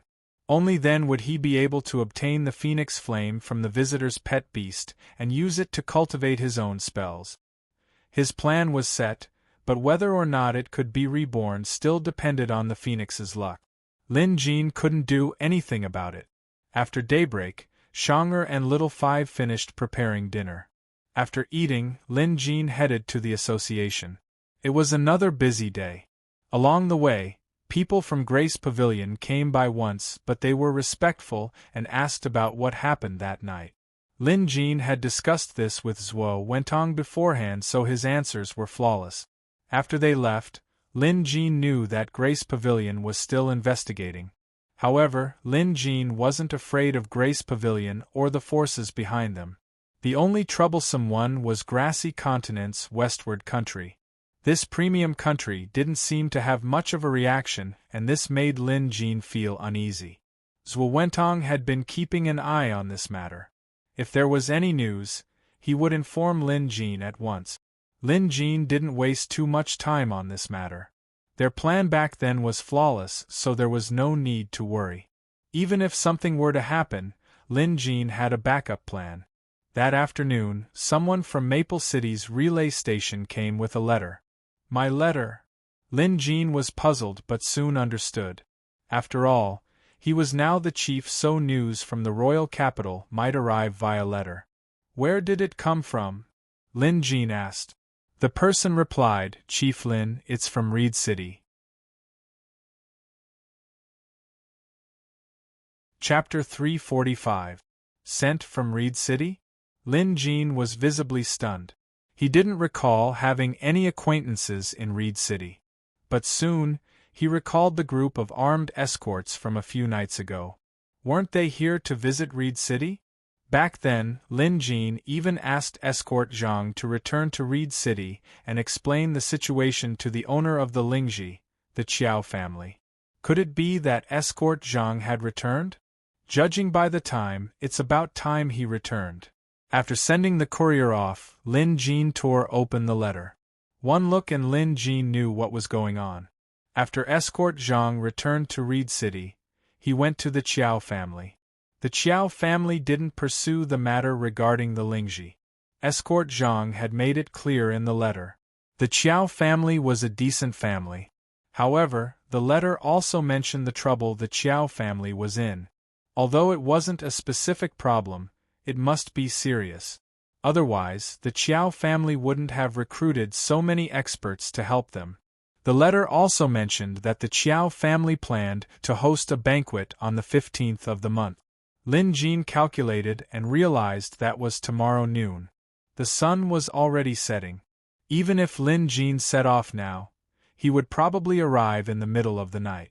If the journey wasn't smooth, he might only arrive the next morning. Although Lin Jin wasn't acquainted with the Qiao family, he was indebted to them. Since Escort Zhang had written him a letter, Lin Jin felt it was only right for him to visit Reed City. I'll go then, Lin Jin decided. Lin Jin made up his mind. He didn't have a flying eagle, so he would have to ride on other beasts for the journey. The Shadow Wolf was also rank 3 and could run quite fast. If he were to go, he could bring White Ape along. Zombie Cthulhu could be left at home for Shonger and the others to take care of him. After some thought, Lin Jin decided to go home and give his instructions. Just then, someone came to report that someone named Lu Bin was requesting an audience. Mr. Lu is here. Lin Jin smiled. It had been some time since they parted ways at the royal capital. Lin Jin had left in a hurry, but with Lu Bin's personality, he would surely show up, so Lin Jin wasn't surprised. Invite Mr. Lu in. After Lin Jin gave the order, the servants immediately left. Soon, Lu Bin came in. Unlike the last time they met, Lu Bin looked much better now. At the sight of Lin Jin, Lu Bin immediately bowed. Mr. Lu, you can't. Lin Jin hurried to help him up. Their temperaments were rather compatible, so Lin Jin knew why Lu Bin was being so courteous. Let bygones be bygones. Mr. Lu, you came at the wrong time. I should have treated you to a drink, but I happened to be on a long trip, Lin Jin said. He was telling the truth, because he was planning to go to Reed City.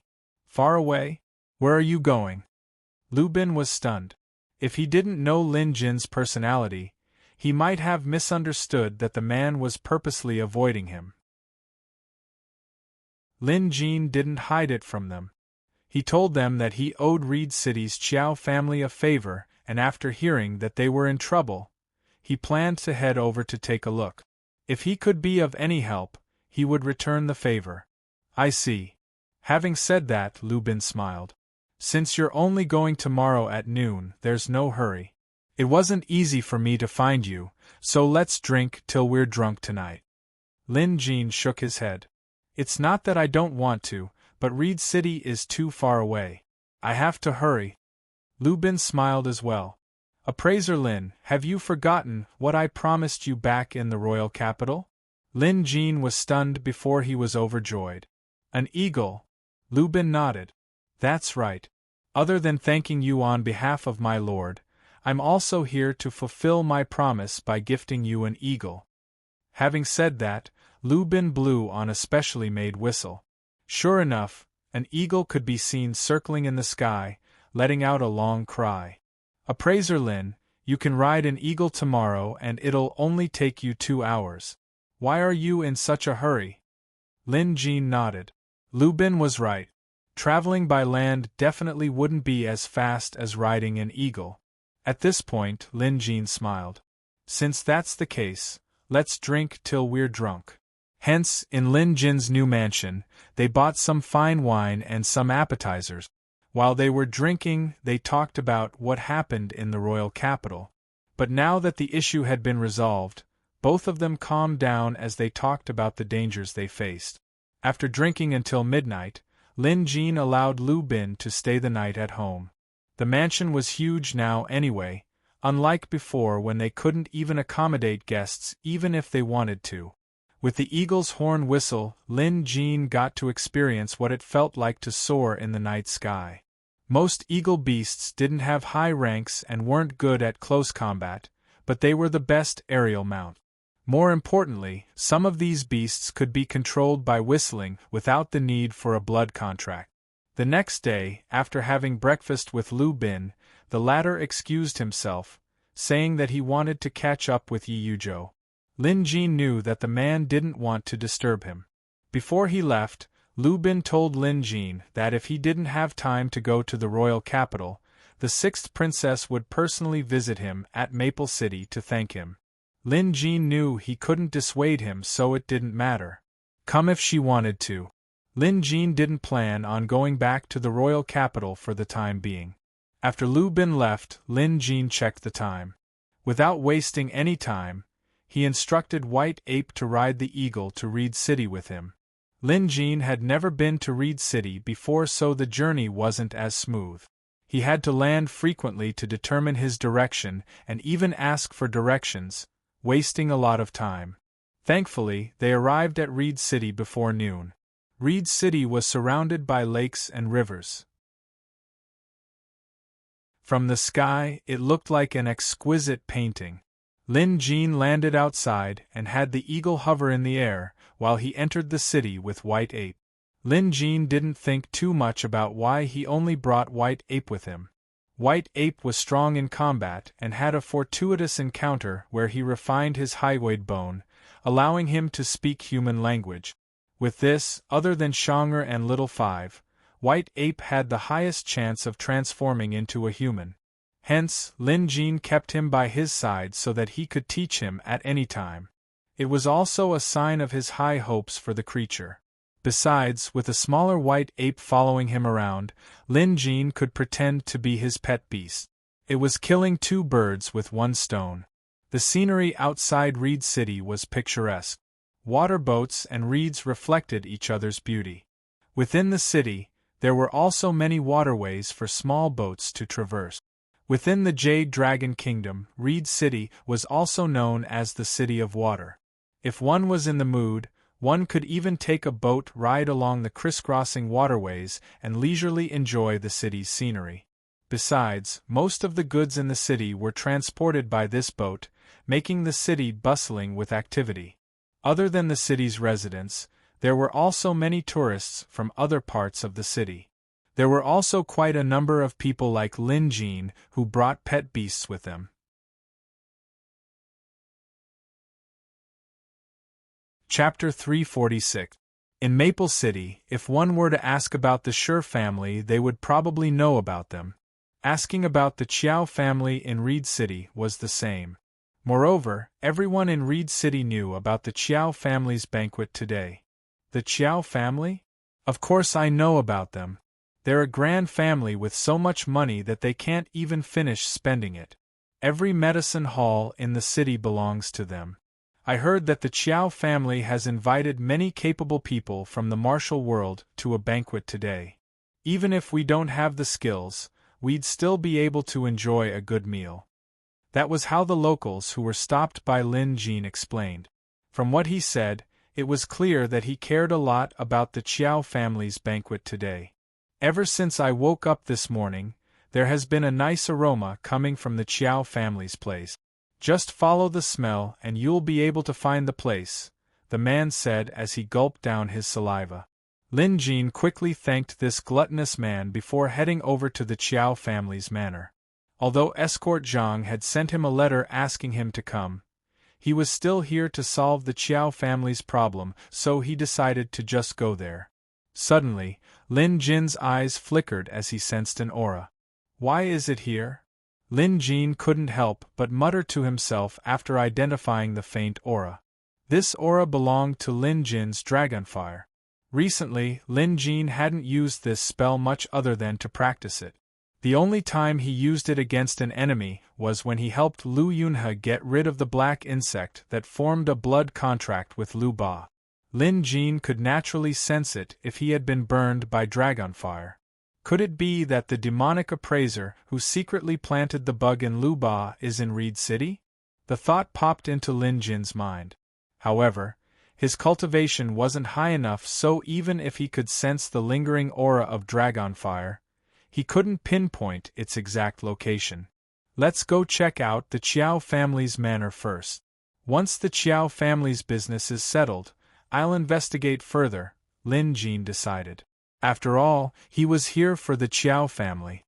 Thus, Lin Jin continued forward until he came to a large courtyard. It was the Chiao family's manor. The courtyard's doors were wide open. The walls were white and the roof tiles were black. Guests walked in and out, and Lin Jin could smell the aroma of food and fish. It seemed like the Chiao family's banquet was real. There were people greeting them at the door, but they kept coming in. Judging from their attire and pet beasts, they weren't ordinary citizens. After a moment's thought, Lin Jin stepped forward. Someone immediately went up to greet them. "Sir, how should I address you?" Lin Jin smiled. "Maple Leaf Lin Jin." It was simple and clear. When the Chiao family member heard this, he thought that the experts from the outer city had also come. But it wasn't strange, there had already been a few who had come before. The patriarch had ordered that as long as they had the ability, they could come. The Chiao family welcomed them, even if they were people who deceived the world, they didn't need to care. The Chiao family could still afford to pay them a meal. Hence, the person who greeted him studied Lin Jin from head to toe. Indeed, Lin Jin wasn't dressed like an average person. The pet beast beside him was a large white ape about half the height of a grown man. It was huge, powerful, and ferocious. It must be at least rank 2, right? This person guessed. Clearly, Lin Jin had no idea what was going through his mind. If he did, he would be helpless. After all, White Ape had shrunk in size. If he were to reveal his true form, the servant would probably wet his pants in fear. In any case, to him, this man who called himself Lin Jin was probably no ordinary person. Hence, following the master's instructions, the servant invited Lin Jin in. Lin Jin didn't expect it to be this easy. However, he didn't say much. He just wanted to take a look first, so he went in. After going around a large white screen, he arrived at a large yard. More than 10 tables had been set up in the yard, and it was quite a bustling scene. Most of the tables were already occupied. Since everyone had too many pet beasts, the beast pens couldn't accommodate them all. Hence, everyone was curled up or lying on the ground, creating a messy scene. Lin Jin found an empty seat nearby and sat down. Most of the seats at this table were already occupied. Judging by how they were dressed, there were all kinds of people here. Of course, all of them were capable. If they weren't, they wouldn't even be able to enter the Qiao family's gates.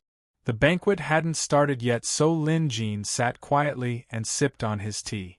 Glancing at the hundreds of pet beasts around him, he thought, since I have nothing better to do anyway, so with a flick of his wrist, he took out a few silver needles and flicked them out using the coiled wire technique.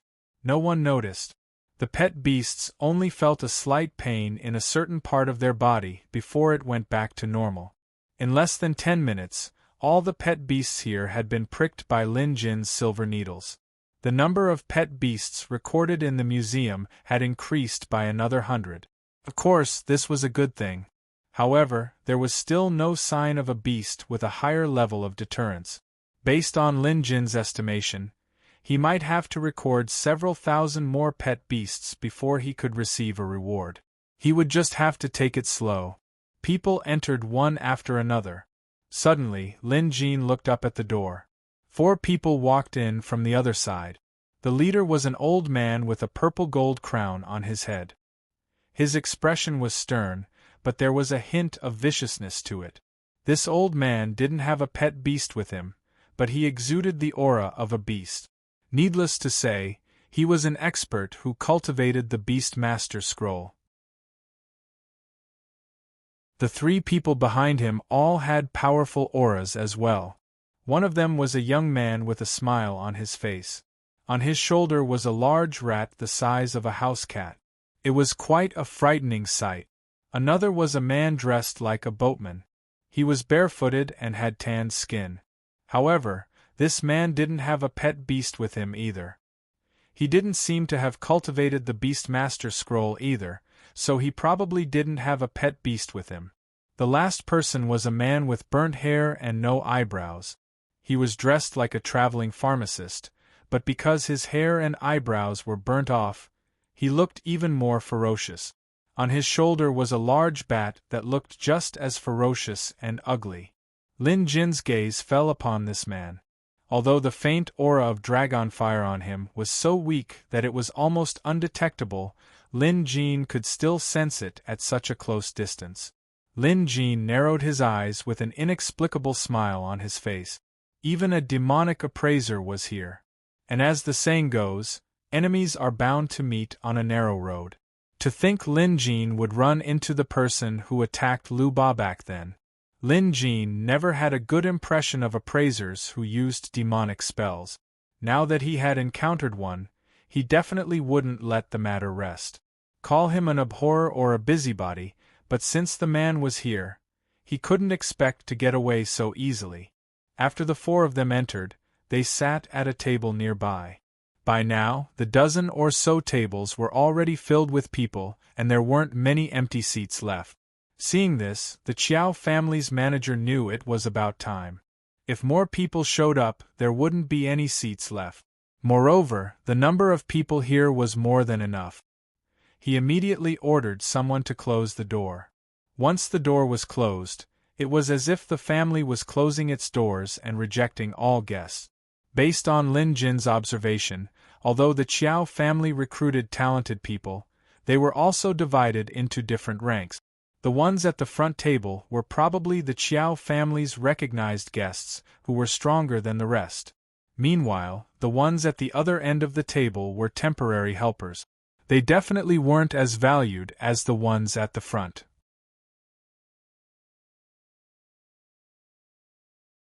Chapter 347. Just then, another person entered the room. Escort Zhang.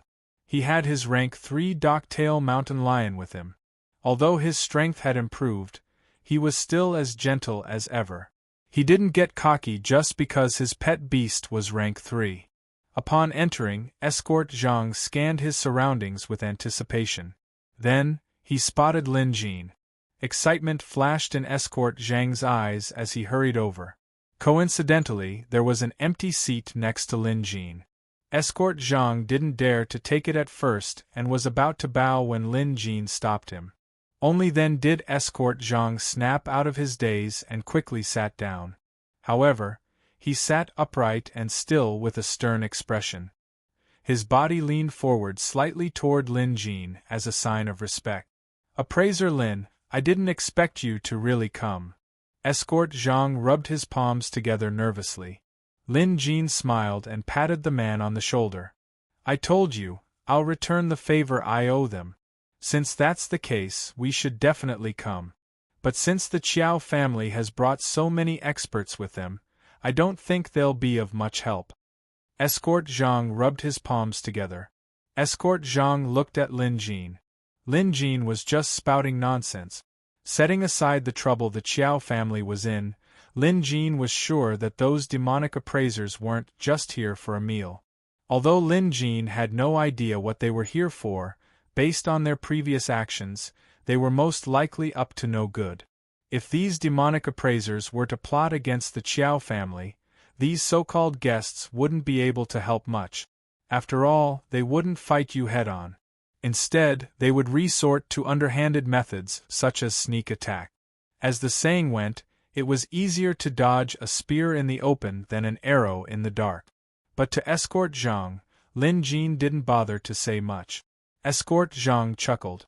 "I was mentally prepared when I wrote this letter to Appraiser Lin. Firstly, I didn't want to disturb Appraiser Lin. Secondly, I was worried that the Qiao family's matter wouldn't be a big deal and that Appraiser Lin would come here for nothing." "You didn't do anything wrong." Lin Jin didn't mind at all.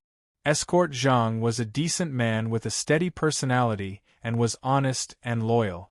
Although he might not be able to accomplish anything great, he wouldn't go wrong no matter what Lin Jin asked him to do. At Lin Jin's encouragement, Escort Zhang was delighted. To him, Lin Jin was like a god. His presence here proved that Appraiser Lin was a man of his word. Since he said he would return the Qiao family a favor, he would definitely do so. Only someone like him was worthy of respect. While the two of them were chatting, the Qiao family also came out to talk. Escort Zhang whispered to Lin Jin, "Over there is Qiao Feigong, the current patriarch of the Qiao family. The young man behind him is his son, Qiao Xing. The others are also the pillars of the Qiao family." Of Qiao Feigong's generation, only his second uncle is still alive. "He's the oldest one over there." Escort Zhang was clearly aware of the Qiao family's situation. Lin Jin understood the situation as well. Qiao Feigong is a fair and upright person. He doesn't care about personal gains or losses and is a loyal person. When I came back to explain the situation, he didn't say a single word of blame. He's a good person. Escort Zhang was praising Qiao Feigong because he had received some benefits from the Qiao family. Moreover, he wasn't lying, he was telling the truth. Lin Jin nodded. The Qiao family did not hold a grudge against Qiao Feigong for robbing him of his darts and forcefully eating the precious Ganoderma. From this point alone, it could be seen that Qiao Feigong was a good person. He was broad-minded and not the kind of person who would be unreasonable and fuss over minor matters. Qiao Feigong began to speak. He walked out and cupped his hands at the crowd, saying, "It is our Qiao clan's honor to have all of you visit our Qiao clan despite your busy schedules. All of you are capable people. If our Qiao clan is in trouble in the future, I hope that all of you will do your best to help us. If so, I will be very grateful." His words were courteous. The crowd returned his salutation in a harmonious manner. "Patriarch Qiao, you're too kind. We're all here because of the Qiao family's reputation. If anyone dares to cause trouble, we won't let them go." "That's right. The Qiao family's principles are as noble as the clouds and they often help the people around Reed City. We admire the Qiao family very much. Since we're here today, if anyone dares to cause trouble, don't blame us for not holding back." Many of them spoke up, all of them seeming to be loyal to their friends.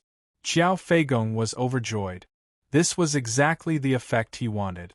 2 days ago, when the thief came, he said that he would come again today, and that he would also come to cause trouble today. Therefore, he had set up a banquet and invited so many experts. If ordinary thieves saw this, they would definitely be afraid and not dare to come again. If they really came, with so many people, what was there to be afraid of? Moreover, the Chiao family had plenty of money. Even though the dishes on this table didn't cost much, the Chiao family could still afford to invite this guest. "Come, serve the dishes! Serve the dishes!" someone shouted. Then 20 to 30 servants came out from both sides, carrying various dishes and taking turns to serve them. Soon, the table was filled with all sorts of dishes. Qiao Feigong toasted and the crowd began eating. Many of them ate until their mouths were covered in grease. Their table manners went without saying. After all, many of them were uncivilized people who came here today just for this meal. Of course, there were also those who were truly capable who ate in a more elegant manner. Lin Jin instantly lost his appetite when he saw how many of the people at the table ate. Besides, he was also paying attention to the 4 demonic appraisers. Seeing that Lin Jin hadn't picked up his chopsticks, Escort Zhang didn't dare to move despite his hunger. Just then, someone came over. It was Qiao Feigong and his son. They were probably here to toast Lin Jin. Everyone at the table immediately wiped their mouths and pants before pouring wine for themselves. Escort Zhang, why aren't you eating? Is our Qiao family's food not to your liking? Qiao Feigong's son, Qiao Xing, asked deliberately. Since Escort Zhang had lost the Qiao family's escort, Qiao Xing was infuriated. Although Qiao Feigong had warned him not to be rude to Escort Zhang over this incident, if there was an opportunity to mock him, Qiao Xing wouldn't let it go. Escort Zhang stood up calmly. Just as he was about to formally introduce Lin Jin to the Qiao family, something unexpected happened. Someone's pet beast suddenly went berserk. With a ferocious roar, the pet beast bit down on its owner. With a loud crack, the owner's arm was snapped off. Fresh blood gushed out and a blood-curdling screech rang out. Chaos ensued. At this, the Qiao family members' expressions changed drastically. Those with quick reflexes immediately scattered in all directions, afraid of being bitten by the beast. Some of the Qiao family members also had their pet beasts charge forward. Some of the Qiao family members also had their pet beasts pouncing forward to block the rampaging beast's path. What's going on? I don't know. The mastiff suddenly went berserk. Even if it went berserk, it shouldn't have bitten its owner. Quick, save him first. The man wailing on the ground had lost quite a bit of blood. If they didn't save him now, he wouldn't be able to make it. Meanwhile, the frenzied mastiff's eyes were bloodshot as it chewed on the man's broken arm. It seemed like it was going to attack again at any moment. Someone controlled their pet beast to pull the injured man out. By now, the man had already fainted, so controlling his pet beast was out of the question. Hence, some of them had to surround their pet beasts and restrain the frenzied mastiff before doing anything else. This sudden turn of events shocked everyone. Fortunately, the Qiao family quickly stabilized the situation. Many of the people present were there to help, so they didn't panic despite the shock.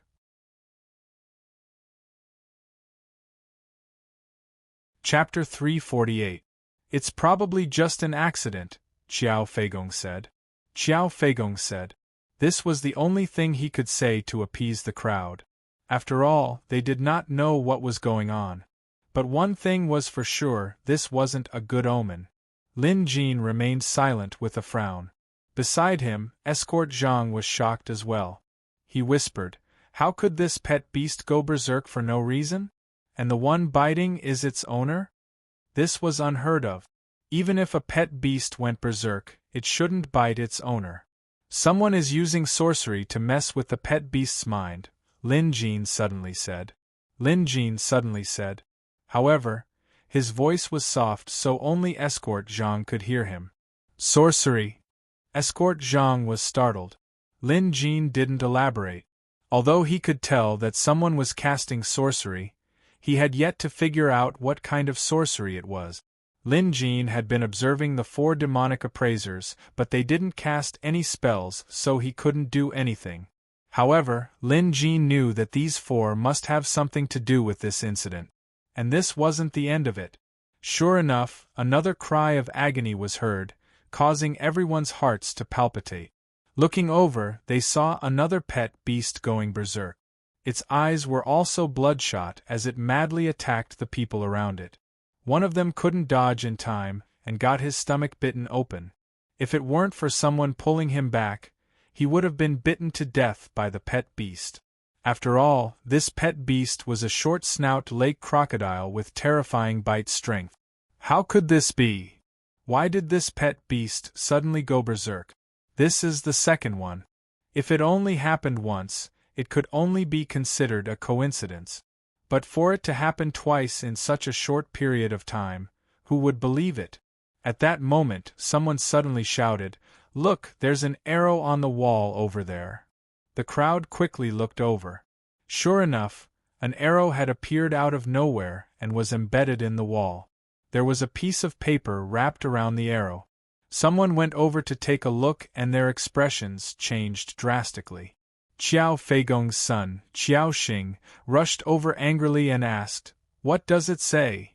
"It says that if the Qiao family causes trouble, the Qiao family will bear the consequences themselves. Don't implicate others. In half an incense's time, all unrelated people are to leave or else, just like those 2 from before." Someone read it out with a trembling voice. At this moment, everyone started to panic. So, the Qiao family got into trouble, and that's why they recruited people to help them. That's nothing. But from the looks of it, the person the Qiao family offended isn't a simple character. In just a few moments, both of their pet beasts went berserk and tried to devour their owners. This is a little scary. The most annoying thing is that we don't even know what kind of method they used. Many people began to discuss, and for a moment everyone was anxious. When Qiao Xing heard this, his nose was about to explode. He took the letter and read it himself, then walked over to pass it to his father, Qiao Feigong. The Qiao family gathered around to take a look. Sure enough, that was what the letter said. Qiao Feigong's expression turned ugly.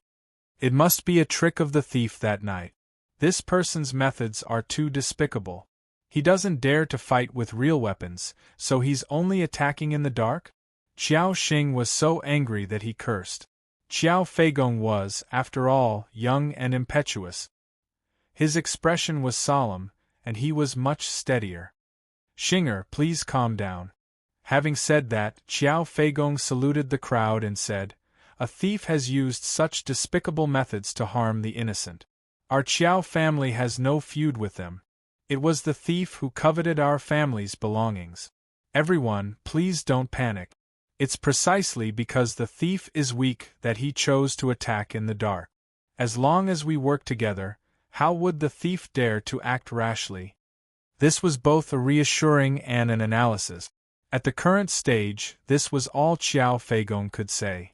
Some nodded in agreement, but most looked hesitant, clearly thinking of retreating.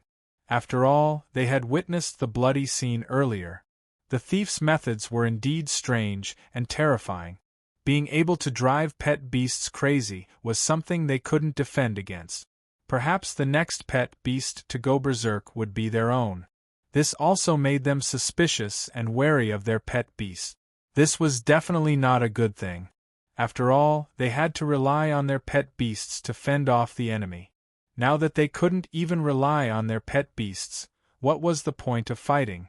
Hence, no matter what Qiao Feigong said, the 2 attacks and the letter earlier instilled fear in some of them. Some of them decided to leave. After all, no matter how much the Qiao family offered them, it wouldn't be a problem for them to join in the fun and bully others. But if they had to risk their lives to help, that was out of the question. Hence, some of them immediately bade farewell. Even if they had to be thick-skinned, they had no choice but to leave. Although Qiao Feigong was displeased, he couldn't stop them. Now that someone had taken the lead, more people began to leave. This showed the Qiao family the hypocrisy of the world. In just a moment, the previously packed yard of almost 100 people had been reduced to less than 10 people. Among these 10 people were escort Zhang, Lin Jin, and the 4 demonic appraisers. As a result, not many of the guest officials that the Qiao clan had invited were left behind. These people have crossed the line. They ate our food and took our money. Now that they're in trouble, they're the first to leave. This is outrageous, Qiao Xing said angrily. Qiao Feigong had probably seen this kind of situation many times, so he shook his head helplessly. He knew that it was pointless to say anything else now. It was better to deal with the upcoming trouble. Moreover, there were still a few people who stayed. Hence, Qiao Feigong saluted these retainers. In times of crisis, one's true feelings are revealed. Everyone, if the Qiao family survives this, we will surely reward you generously, Qiao Feigong said. Lord Qiao, you're too kind. We've been staying and eating at the Qiao residence for more than 2 months, and you've always treated us well. Now that the Qiao family is in danger, how could we just leave like that? Don't worry, Lord Qiao. Just now, someone used sorcery to control other people's pet beasts to scare them away. Others might be afraid, but we aren't. To tell you the truth, none of our pet beasts are immune to sorcery. These retainers were clearly confident in their chances. As soon as he said that, his pet beast let out a ferocious roar. Then, it opened its jaws and lunged for the man's head. The man's pet beast was a saber-toothed tiger. It was so large that if the tiger bit down, it would crush the man's head. At that instant, Qiao Feigong was at a loss for what to do. After all, everything happened too quickly. But then, as if struck by a heavy blow, the saber-toothed tiger's eyes rolled back and it collapsed to the ground. It fainted. Lin Jin was the one who did it. When the 2 pet beasts went berserk earlier, Lin Jin couldn't react in time. But now, after careful observation, he finally noticed that the opponent was casting sorcery. Although Lin Jin couldn't dispel the spell, that didn't mean he couldn't stop it. As long as he noticed it beforehand, he could solve the problem with a needle.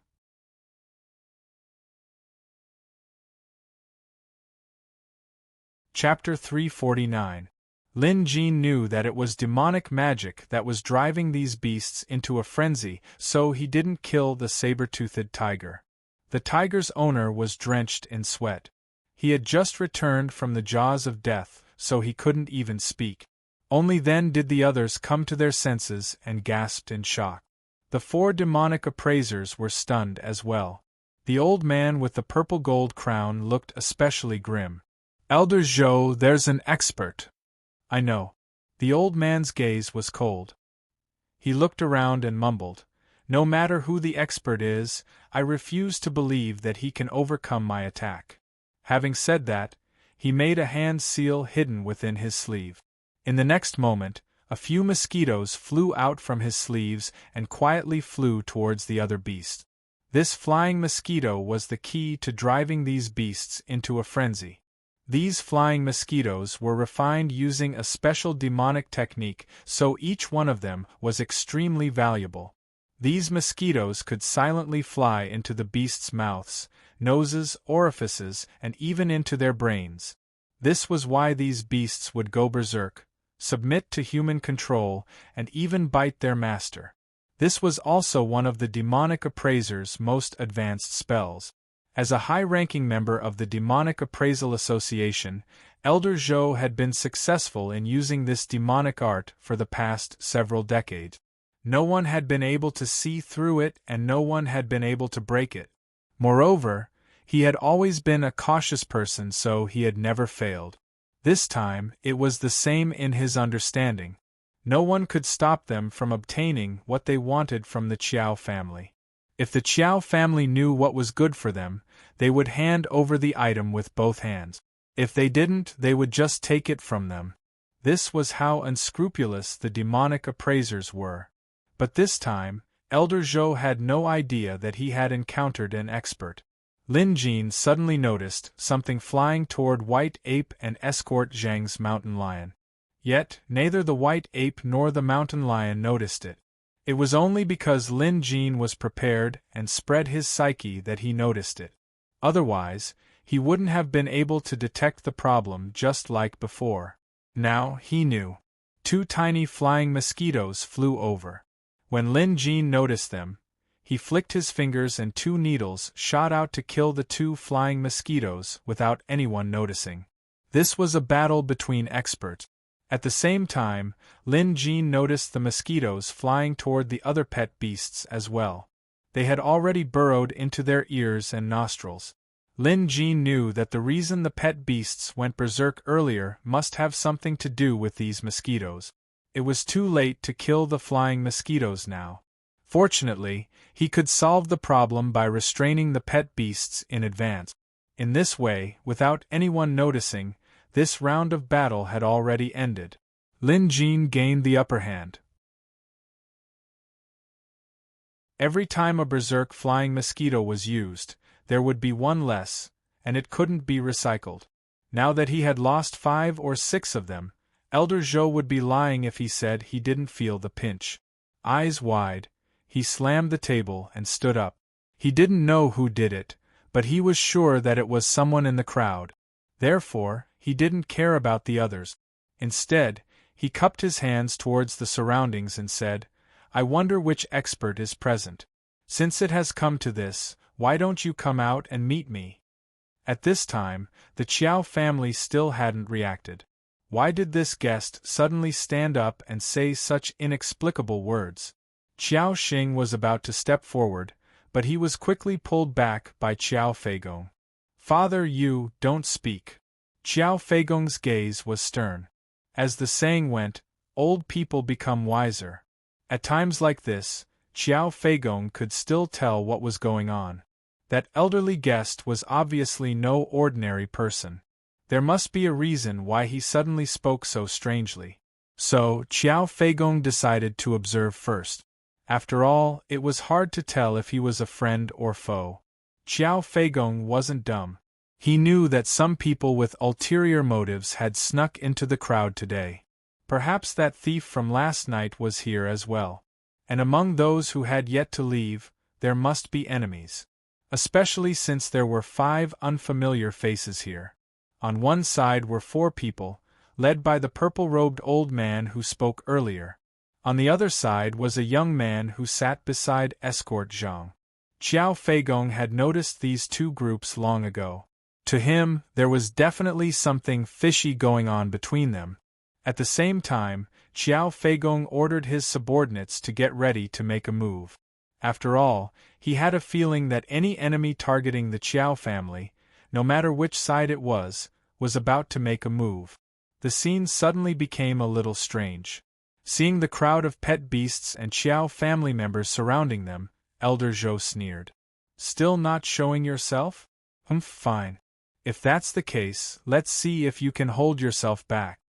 Elder Zhou believed that the other party didn't show themselves because they were afraid of them.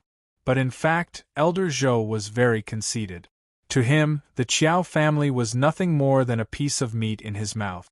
He could eat them whenever and however he wanted. No one could stop him. Not even the city lord manor of Reed City could stop him.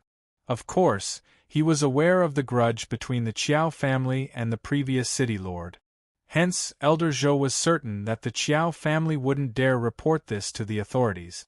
If the Qiao family only had a few rank 3 pet beasts, Elder Zhou believed it would be a piece of cake to eliminate them. At the very least, it wouldn't take much effort. At this, Elder Zhou bellowed, "Attack!" The next instant, the 3 men he brought with him stood up. The young man with the large rat performed a spell, and the cat-sized rat on his shoulder grew in size. In the blink of an eye, it grew to the size of a cow. It looked terrifying with razor-sharp claws and fangs. Pouncing on one of the Qiao family's pet beasts, it bit them to death. "It's a thief!" Qiao Feigong could tell as well. With a roar, the Qiao family's pet beasts swarmed in. But at that moment, the man behind Elder Zhou, the one with burnt eyebrows and hair glared menacingly. He patted the large bat on his shoulder. The bat flew up and let out a shrill shriek. The sound waves were so loud that the bowls and cups on the table shattered. Everyone quickly covered their ears, but many of them still felt their ears prickling from the shriek.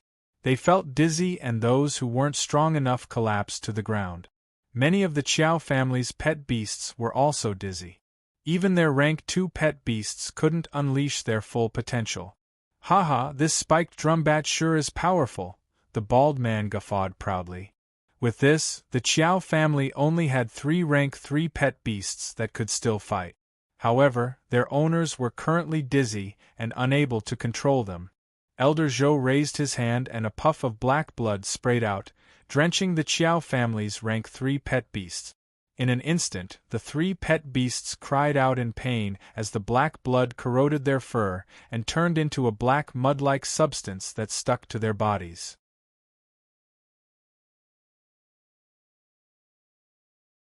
Chapter 350. With the black blood mud stuck to their bodies, the Chiao family's 3 pet beasts' combat strength plummeted. Their original rank 3 strength was reduced to rank 2. In just a few moments, the 4 demonic appraisers had used all sorts of methods to defeat the Chiao family and their remaining guest retainers. It was still the same saying. Demonic experts mostly relied on cunning spells. They rarely fought head-on with their opponents and instead relied on underhanded tricks. At first, the Chiao family had recruited experts from all over the place. They had the advantage in numbers and strength, but the demonic appraisers resorted to underhanded tactics to make their pet beasts go berserk, scaring most of them away. Then, when their opponents were at their weakest, the demonic appraisers struck and weakened their strongest pet beasts. With that, victory was in their grasp. The Chiao family was defeated in an instant. If Escort Zhang hadn't controlled his pet beast to stop the black rat at the crucial moment, the Chiao family would have suffered casualties by now. How dare a mere mountain lion act so arrogantly in front of an elder like me? As soon as Elder Zhou finished his sentence, his shirt began to bulge, as though something was crawling out of his skin and flesh. Then, from his collar, a dense swarm of venomous insects crawled out. There were centipedes, scorpions, and even some nameless bugs. The sight of it was enough to make one's scalp go numb. Hundreds of venomous insects lunged at the mountain lion. Escort Zhang paled in fright. Although his mountain lion was powerful at rank 3, these venomous insects were clearly not to be trifled with. If one of them bit him, even his pet beast wouldn't be able to take it. However, given the current situation, he couldn't recall his pet beast. If he did, the Chiao family wouldn't be able to hold their ground. Escort Zhang was a loyal man. Even though he knew he couldn't win, he gritted his teeth and persevered. The mountain lion was of the earth attribute, so all it could do was stick mud on its body to strengthen its defense. Even so, it wouldn't be able to stop the venomous insects from gnawing on it. Suddenly, a fireball swept over from the side. At first, it looked like a small flame, but when it came into contact with the venomous insects on the ground, the fire intensified. In the blink of an eye, hundreds of venomous insects were incinerated by the flames. On the other side, Elder Zhou let out a miserable shriek. These poisonous insects were raised with his blood, sweat, and tears, and it was not easy to collect them. Now that they were all burned to ashes, how could he let this go? Who is it? Get the hell out here! Elder Zhou was thoroughly enraged. He had spent at least 10 years nourishing these venomous bugs. 10 years of effort had been wasted in a single day. Anyone with a good temper would have cursed at him, not to mention Elder Zhou, who was naturally vicious and bloodthirsty. Today, this old man shall bathe the Chiao family in blood. From the top to the bottom, old and young, leave no one alive. Elder Zhou roared with his eyes wide open. In the next moment, he suddenly looked at the only person who was still sitting on the other side. If there was no mistake, that ball of fire was released by this person. Worm King, come out! Although Elder Zhou was arrogant, he would not look down on others. especially that strange flame just now. That kind of ferocious and domineering might seem familiar, but he could not recall where he had seen it before. Hence, this time, he released his blood contract pet beast. A large flower-backed centipede crawled out from Elder Zhou's sleeve. This centipede was much larger than normal, resembling a large python with a menacing expression. Its fangs glowed green, a clear indication of its high toxicity. This was Elder Zhou's pet beast, a rank 4 flower-backed poisonous centipede. Although he had a rank 4 pet beast, Elder Zhou's rank 4 centipede wasn't adept at direct combat. As its attribute was a worm king, it had the ability to control and refine other venomous insects. That was why Elder Zhou was able to use his flying mosquitoes to drive other people's pet beasts into a frenzy. He was also able to control hundreds of venomous insects. Rather than saying that this was Elder Zhou's doing, it was more likely due to this flower-backed poisonous centipede. Elder Zhou rarely brought out this centipede, so this time, it was obvious that he had been robbed clean. The man whose hair and eyebrows had been burnt had turned pale the moment the flames had appeared. Elder Zhou couldn't recall the flames, but he had immediately recalled them, because his hair and eyebrows had been burned off by this unique flame. Moreover, he had witnessed his pet beast being burned to death by this flame, so the memory was still fresh in his mind. He couldn't forget it even if he wanted to. Finally, he snapped out of his daze and abruptly turned to Lin Jin, who was sitting there. He cried out hoarsely, "It's him! He's the one who burned my pet beast to death." Upon hearing this, Elder Zhou came to his senses as a hint of fear crept onto his face. The other demonic appraisers turned to look at him as well. The Qiao family and their insignificant guests were no longer a match for them. The only one who could stop them now was the person who released the flames earlier. "What kind of dog is this? Why are you trying to act mysterious? Bite him to death." The demonic appraiser who was controlling the black rat glared murderously as he directed the rat to charge at Lin Jin. "Appraiser Lin, be careful," Escort Zhang quickly warned. Only then did the Qiao family snap out of their daze. "Appraiser Lin? Could it be the person Escort Zhang mentioned 2 days ago? The one who robbed our convoy?" "Who else could it be? It's most likely him." Qiao Feigong's eyes widened. Only now did he take a closer look at the seated Lin Jin. He had noticed this person before, but he didn't expect him to be the Maple Leaves Forest appraiser that Escort Zhang mentioned. By then, the black rat had already pounced on Lin Jin. Lin Jin didn't move. To deal with a rank 3 rat, Lin Jin didn't have to do anything himself. Behind him, White Ape had already charged forward at lightning speed. Halfway through, White Ape had grown in size until he was 10 feet tall. This wasn't even White Ape's true form. If he was in his true form, he would be at least 30 feet tall and could flatten this place with just a few simple blows. But even so, the White Ape was powerful enough at this moment. He raised his hand and punched the big black mouse that was pouncing on him, smashing it to the ground. The big black mouse felt the ground shake and half of its body caved in. Still, it was a rank 3 pet beast, so it wasn't dead yet. Hence, White Ape added a few more punches. The black rat had been beaten into a pulp with its head gone. There was a crater on the ground and the tables and chairs around it were shattered. Even the walls closest to the rat were cracked. White Ape's punching strength was evident. Back at the royal capital, Lin Jin already knew how powerful White Ape's punching strength was, so he gave it more advice. Now, there weren't many pet beasts that could withstand a single punch from White Ape. This black rat was clearly not one of them. Previously, the black rat had given off a violent and savage vibe. But now that it was facing White Ape, the latter was even more violent and savage. Everyone was dumbfounded. Even the demonic appraisers were in disbelief. As beast appraisers themselves, they could tell that White Ape was only a rank 3. But it didn't seem like it either.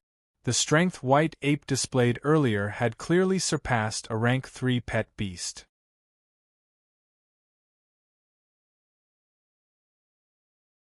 Chapter 351. I'm going to kill you. The black rat's owner was the first to fly into a rage. The black rat was his precious pet that he had raised for many years. Now that it was smashed to death by the white ape, he couldn't stand it. The man drew 2 flying daggers from his waist, took a step forward, and threw them at Lin Jean. It was obvious that this man was skilled in flying daggers, and he was confident in his skills. The 2 flying daggers were aimed at the man's vitals, aiming to take his life. With a flick of Lin Jin's finger, 3 needles flew out. In terms of speed, Lin Jin's needles were faster. With 2 crisp clangs, the man's flying daggers were knocked away by the needles and fell to the ground. The other needle was aimed at the man's throat. It was impolite not to reciprocate. Since the man wanted to take his life, he should be prepared to be killed. Flying daggers and needles were both hidden weapons. The latter was obviously more dangerous. Before the man could react, the needle pierced his throat and blood flowed into his brain. The demonic appraiser shuddered before blood flowed out of his orifices and he collapsed to the ground, dead. Dead. Elder Zhou and the others gasped in shock.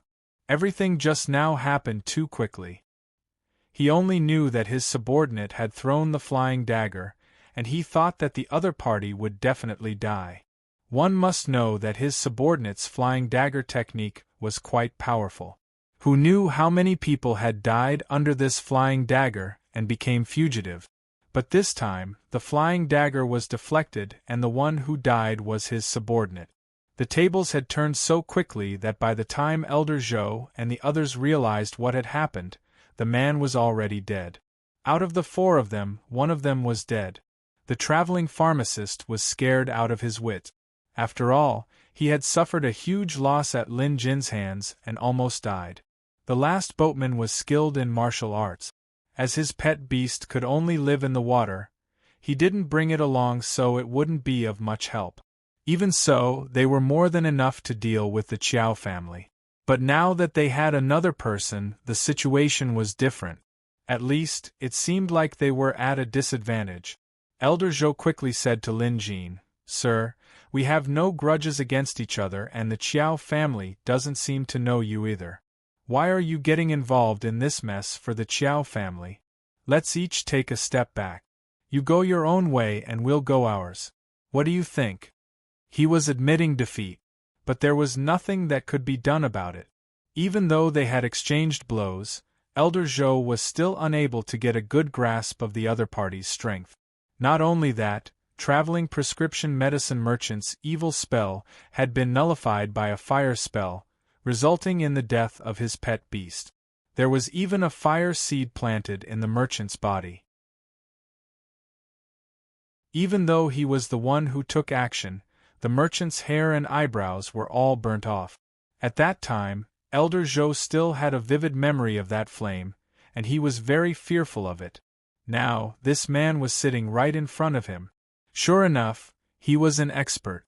The flames that appeared out of nowhere earlier had burned hundreds of his poisonous bugs to death.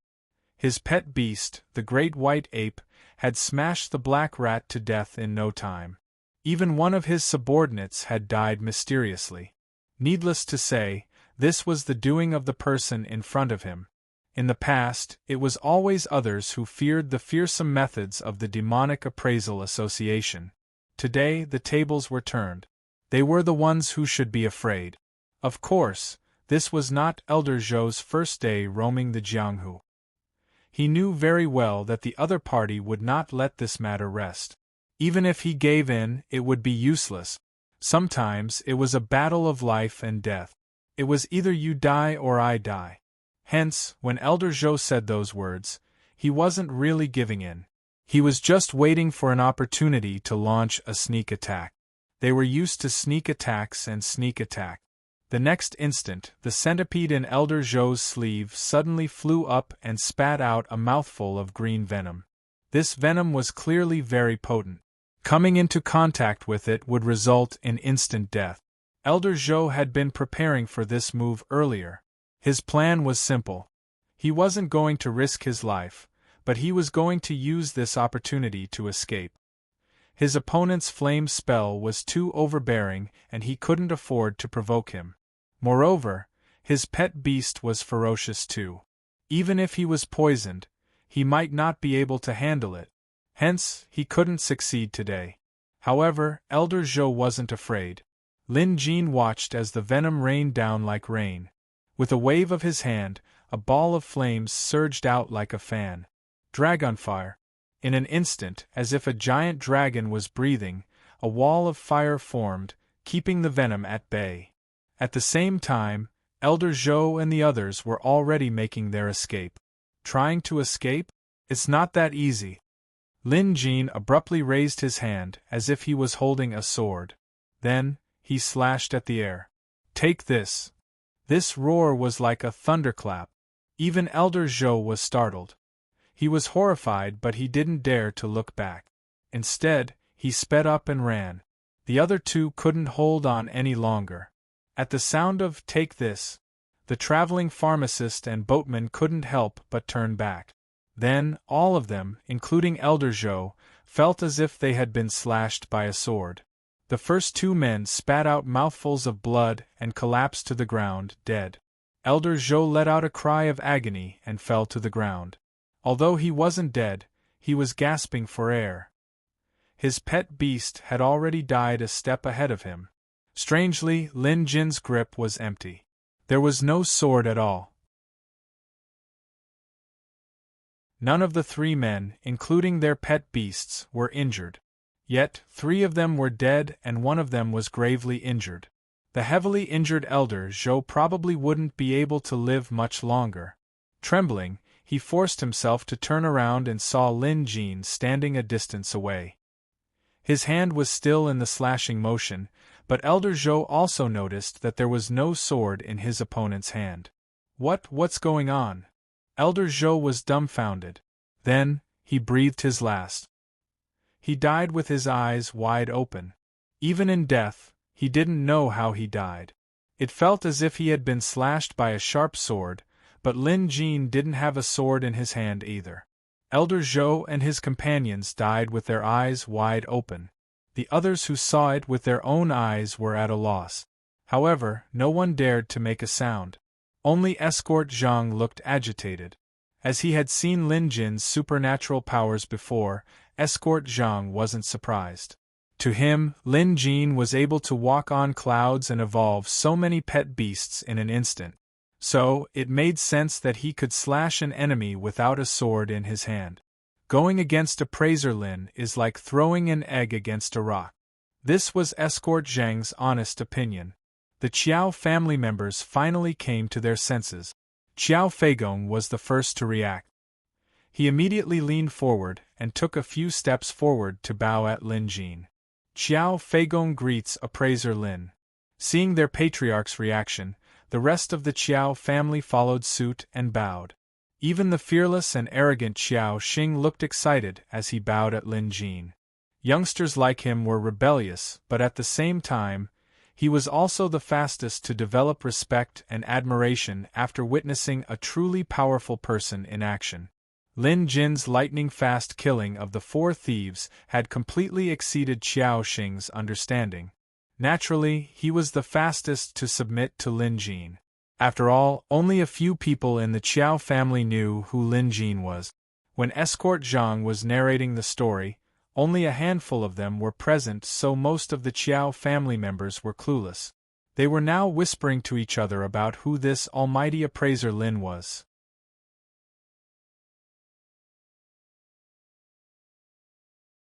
Chapter 352. The Qiao family's crisis came and went just as quickly. Whether it came or went, it wasn't within Qiao Feigong's expectations. He thought that by recruiting a large number of guests, he could intimidate the thieves and make them flee without a fight. He was wrong. The culprit had come prepared and caught them off guard. This was the first thing Qiao Feigong didn't expect. Another reason was that when the Qiao family was at an absolute disadvantage and was about to be trampled on, an expert came to their rescue and resolved the crisis. Not only that, but he did so with a thunderous method. Perhaps what Xiao Feigong couldn't believe the most was that this expert was the one escort Zhang mentioned 2 days ago, who robbed the Qiao family of their medicinal herbs. This incident would be the most fortunate thing for Xiao Feigong in the future. He was thankful that he didn't pursue the matter and was magnanimous. It was also thanks to escort Zhang's letter to invite this expert over. Otherwise, the Qiao family would have been in grave danger. Hence, Xiao Feigong bowed to Lin Jin. It was a relief after the fright, a joy of being reborn, and also a desire to curry favor with Lin Jin. Xiao Feigong wanted to hold a new banquet to invite this expert, Lin Jin, but Lin Jin declined with a shake of his head. Lin Jin didn't come to help the Qiao family out of friendship. It was because he ate a Ganoderma and owed them a favor. Hence, he was here to repay the favor. This was something that Lin Yi had told escort Zhang earlier.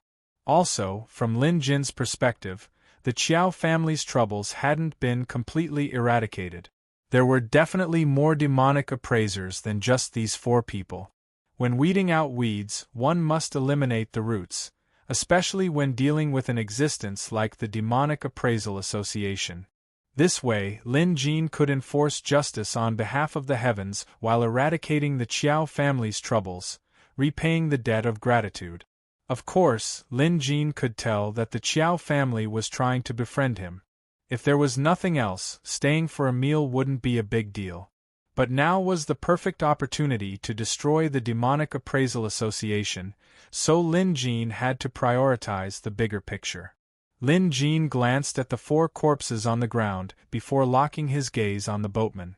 Out of the 4 of them, only the boatman didn't have a pet beast with him. It wasn't that he didn't have one, but he was still out there. Perhaps they could follow this clue to his lair. In the next instant, Lin Jin flicked out a needle and pierced it into the boatman's body. After the needle was soaked in blood, Lin Jin cast a spell on it. With that, the blood-soaked needle would search for the strength of the blood contract, which was where the boatman's pet beast was. Sure enough, the needle flew away. Lin Jin quickly gave chase and soon, they were out of sight. The Qiao family was stunned for a moment before Xiao Feigong's second uncle said, "What an expert!" No one dared to deny this. Everyone was in awe of Lin Jin's masterful way of killing the 4 villains, especially his final words, "Watch my sword." Lin Jin clearly didn't have a sword in his hand, but he was able to unleash the will of a sword without it, killing the 3 villains on the spot. Including Xiao Feigong's second uncle, it was their first time witnessing such a feat. Escort Zhang, I really have to thank you this time. Seeing that Lin Jin had left, Xiao Feigong hurriedly bowed to escort Zhang. Appraiser Lin was sitting with escort Zhang earlier, so needless to say, this expert must have been invited here by escort Zhang. With this, the Qiao family now owed escort Zhang a huge favor. More importantly, appraiser Lin seemed to be on good terms with escort Zhang. Hence, escort Zhang immediately became the Qiao family's most important guest. It wasn't just Xiao Feigong. Even Xiao Feigong's second uncle came over to greet escort Zhang enthusiastically. Overwhelmed by the unexpected favor, escort Zhang quickly returned the gesture. Of course, deep down, he was feeling elated. Escort Zhang had never received such treatment in the Qiao family before. It was truly a case of a man ascending to the heavens. Escort Zhang wasn't a fool. He knew why the Qiao family was treating him with such respect.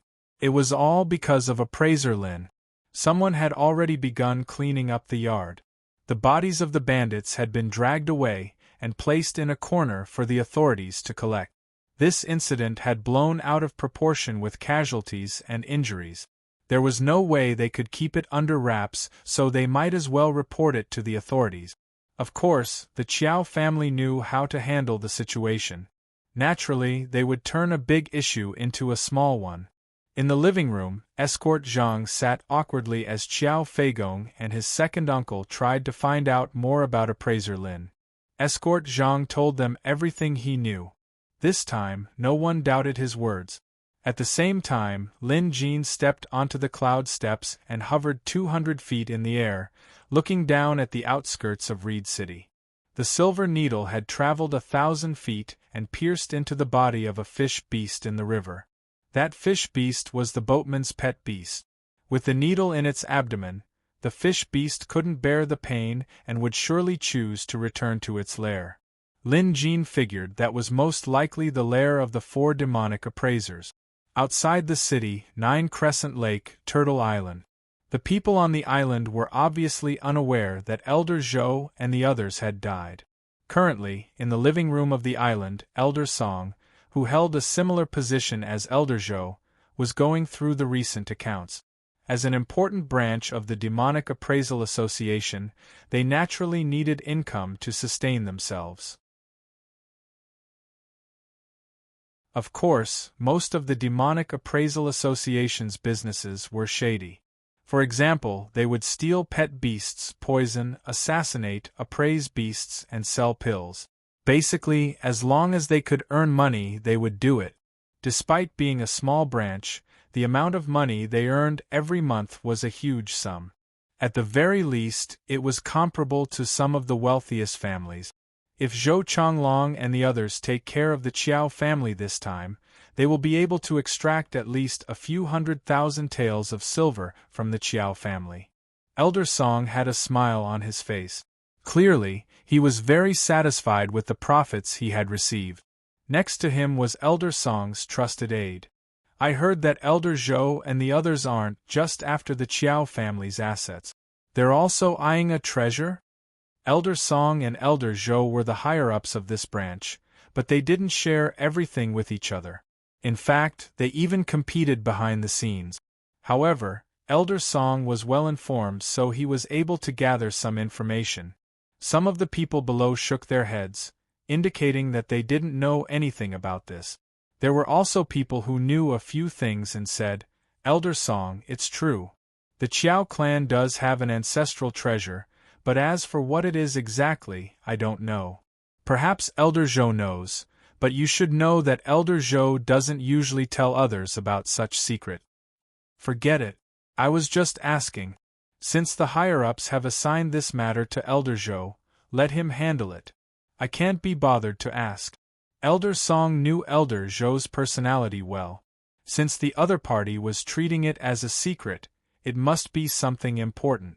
However, if the other party didn't want to talk about it, Elder Song couldn't ask. It's just a mere Qiao family. Other than some money, what other treasures could they have? Elder Song could only feel bitter at this moment.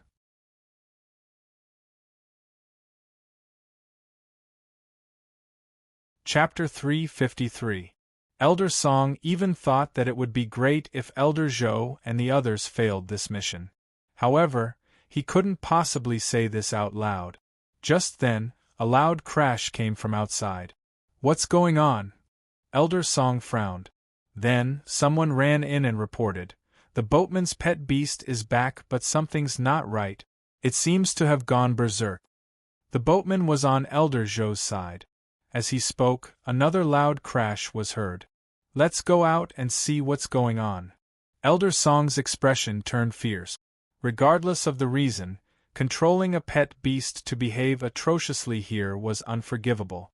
The Demonic Appraisal Association had its own rules, and those who violated them would be severely punished. The group exited the hall and soon reached the shore. Turtle Island was so small that they could see the other end from one end. The lake was now dyed red with blood. A lake catfish the size of a small boat was ramming against the boats in a frenzy.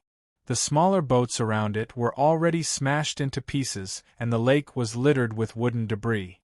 "What's going on? Where's the boatman?"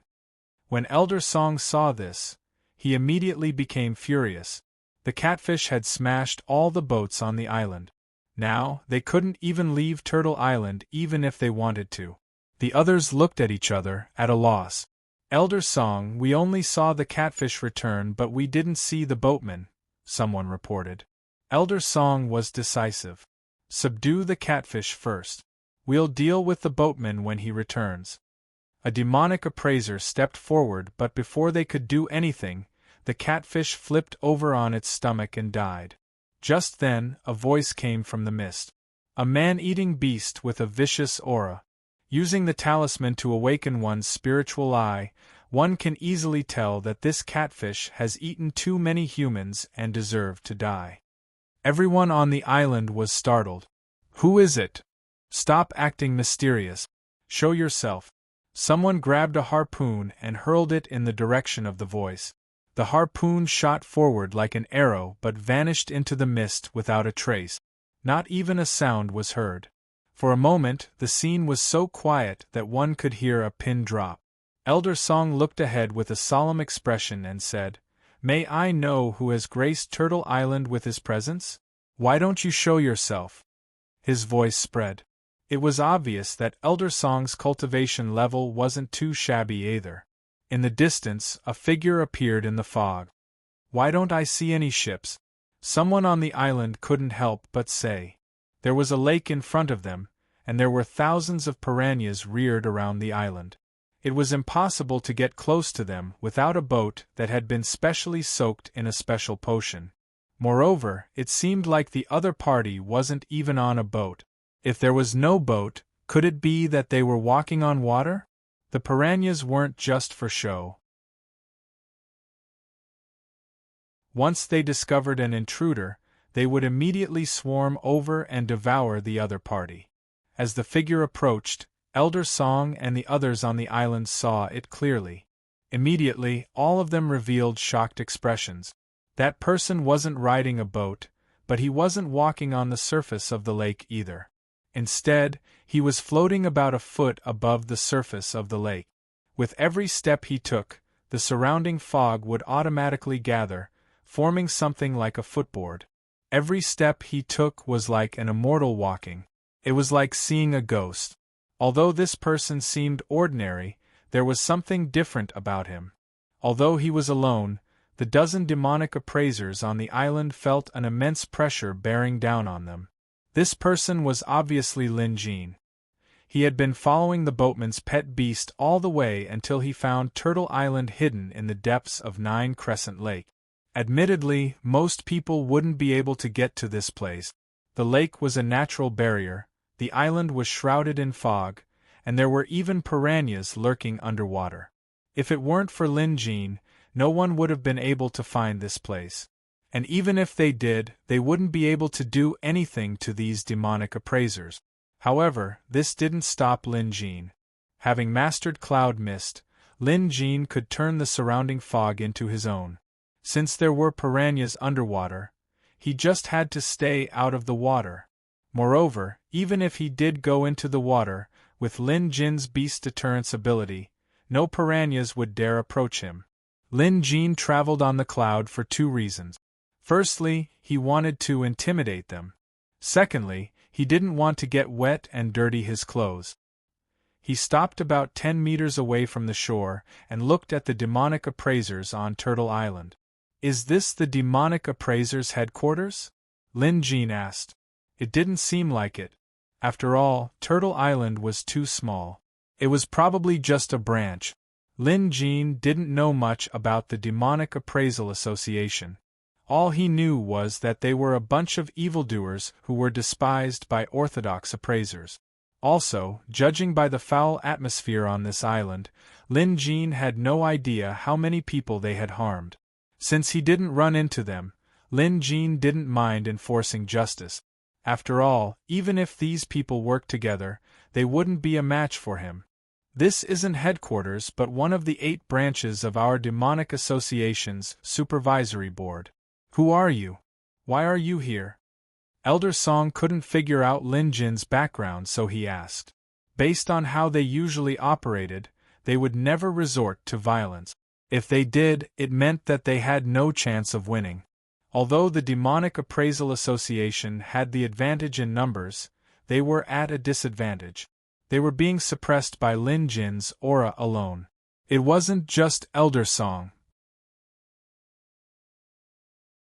The other demonic appraisers on the island were on high alert, ready to attack at any moment.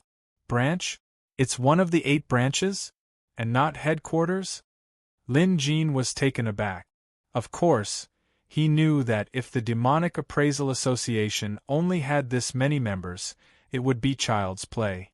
But no matter what, Lin Jin planned to eradicate this place today. Just then, two demonic appraisers on the island exchanged glances and suddenly invoked a spell. The next instant, a splash erupted from beneath Lin Jin's feet as a large freshwater crocodile opened its mouth full of sharp teeth and tried to bite Lin Jin. Striking first had always been the demonic appraiser's style. Elder Song was shocked. He didn't expect his subordinate to be so reckless, but it was too late for him to stop them now. He could only hope that they succeeded. No matter who this person was, they had to kill him first. Only a dead person wouldn't be a threat. However, the crocodile didn't manage to bite Lin Jin. Lin Jin had already sensed the commotion in the water. After all, he was a bona fide rank 3 beast appraiser. He could sniff out a beast's aura with his nose alone. Hence, when the crocodile opened its mouth, Lin Jin's beast aura crashed down like a flood. Despite its size, the crocodile was only a rank 2 beast. Under Lin Jin's overwhelming aura, it instantly lost consciousness and fainted in the water. To outsiders, Lin Jin didn't move and the crocodile fainted. No one had ever witnessed such a scene before. The person controlling the crocodile was dumbfounded. No matter how many spells he cast, the crocodile wouldn't budge. Since you're here to pick a fight, don't blame us for being rude. Elder Song could tell. Having said that, the demonic appraisers summoned their pet beasts. Water snakes, eels, spiders, and venomous insects. These demonic appraisers' pet beasts were each more ferocious than the last. White ape! Lin Jin shouted. The next instant, the sound of rushing water could be heard. From afar, a large creature could be seen wading through the water. It was White Ape in his true form, and he was several feet taller than he was. White Ape was currently the size of a small hill, towering over 100 feet tall. Even after stepping into 9 Crescent Lake, only half of his body was in the water. At the sight of White Ape, the demonic appraisers on the island were dumbfounded. Their pet beasts couldn't compare to White Ape at all. The difference was too great. There was no need for too many words, and a slaughter immediately began. At the beginning, Elder Song and the others had thought that this would be an evenly matched battle. Even if they were able to win, it would be a Pyrrhic victory. However, reality soon told them that their previous thoughts were merely wishful thinking.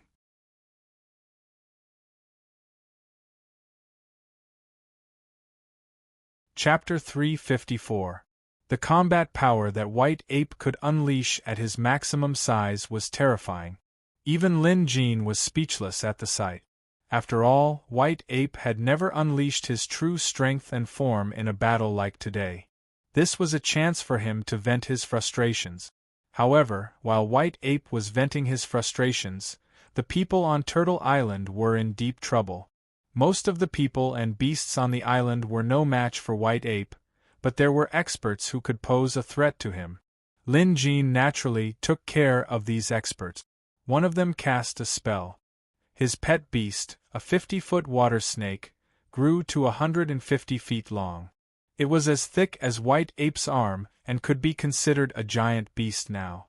Judging by its rank, it was probably at the peak of rank 3. Apart from that, there was also a strange bird that grew to half White Ape's height.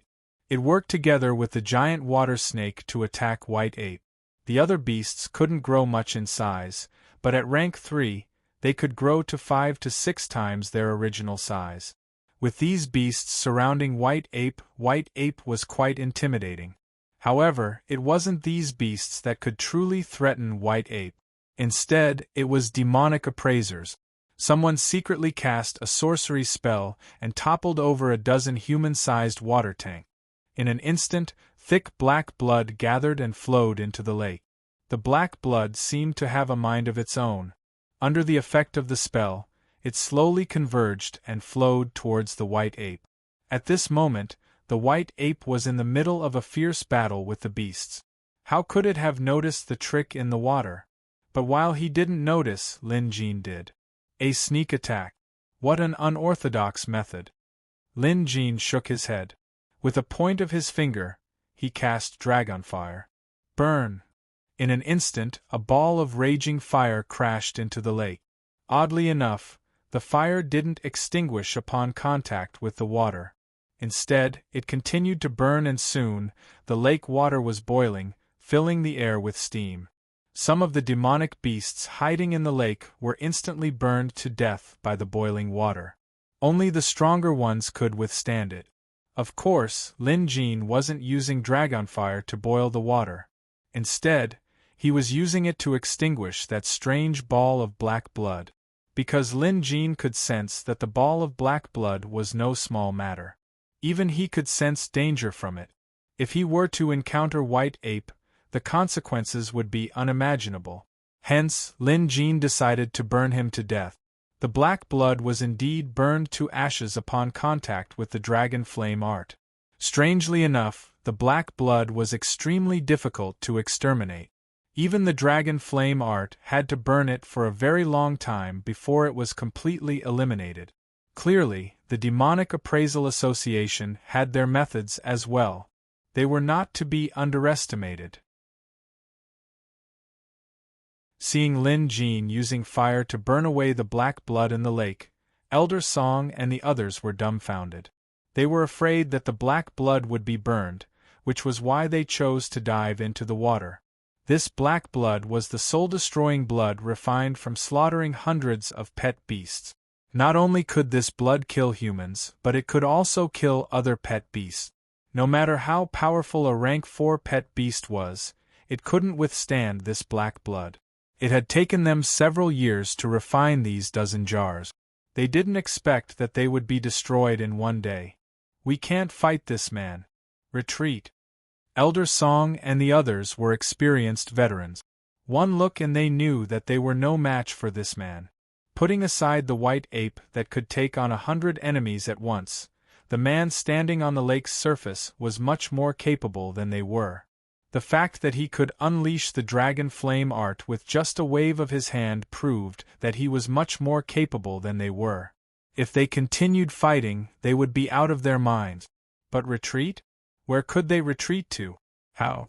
Elder Song, our boat has been destroyed by this man. There's no way out, someone shouted in despair. Elder Song finally came to his senses. The man had clearly planned to capture them all in one fell swoop. How could they escape now? Elder Song's eyes reddened. Let's fight him to the death. Also, release the 1,000-mile bat and inform headquarters. Someone immediately went to make arrangements. On the other side, White Ape had forcefully grabbed the giant water snake in his hand with his tremendous strength. The water snake also opened its bloody mouth, trying to bite White Ape. Apart from that, the water snake's body was wrapped around White Ape's waist and arms. It began to tighten, obviously trying to strangle White Ape to death. The water snake had tried to wrap itself around the White Ape's neck, but the latter had seen through it. That was why the White Ape had caught it. At this moment, the two giant beasts began to wrestle. Due to their size, the other beasts couldn't interfere at all. The only big bird was already under the White Ape's foot. No matter how hard the bird struggled, it couldn't break free. It was still firmly under the White Ape's foot. However, the White Ape was busy fighting the giant water snake, so he didn't have time to care about the bird. The water snake continued to tighten its grip on the White Ape's body. Apart from that, the snake's mouth was wide open, and it kept biting. The White Ape grabbed and pushed the snake with both hands. Suddenly, he saw an opening. The White Ape reached out and grabbed the water snake's neck. At this moment, the water snake's mouth was only a few feet away from the White Ape. Die for your grandpa ape. The White Ape had long been annoyed by the water snake. It wasn't that the snake was powerful, but it was slippery and hard to grab. Sometimes, even if he managed to grab it, it would slip out of his hand due to its slippery body. Now that he had managed to grab it, the White Ape naturally wouldn't let go of this opportunity. He grabbed it with all his might. No matter how the water snake struggled, the white ape wouldn't let go. Instead, his strength increased. In the end, there was a cracking sound. The water snake's bones seemed to have broken. Almost in the next moment, the white ape suddenly exerted force and forcibly tore the water snake's head off. The scene was so bloody that it looked like a rain of blood had fallen on the entire Turtle Island. After killing the giant water snake, the rest of the beasts were no longer a threat. The white ape stomped hard and crushed the big bird into meat paste. With that, the evil beasts were completely defeated. A dozen crossbow bolts flew over. The white ape blocked them with one hand. Then, his eyes turned bloodshot. He let out a deafening roar and punched the island. This punch directly smashed out a loud sonic boom. There was a loud boom. Turtle Island was torn apart. The white ape's punch was imbued with the power of the dark wind and monster energy. Not only did it split the island in half, but the people on the island also spat out blood. Those who were already injured fell dead on the spot with their eyes wide open. With this, the evil beasts were no longer able to defend themselves. Lin Jin stopped the white ape. He still had questions for these demonic appraisers, so he had to keep a few of them alive. Lin Jin stepped onto the cloud stairs and arrived on the island. The island was in ruins. All the buildings and halls had collapsed. Half of the people were dead while the other half were injured. The only one left standing was Elder Song. Just like that, Lin Jin approached the man. Elder Song was currently bleeding from the corner of his lip. The giant water snake was his pet beast who had formed a blood contract with White Ape. When it was torn apart by White Ape, he suffered a huge backlash as well. After that, White Ape split Turtle Island in half with a single punch. Under the tremendous force, Elder Song's internal organs were damaged and he didn't have long to live. But because his cultivation was the highest among them, he could still stand.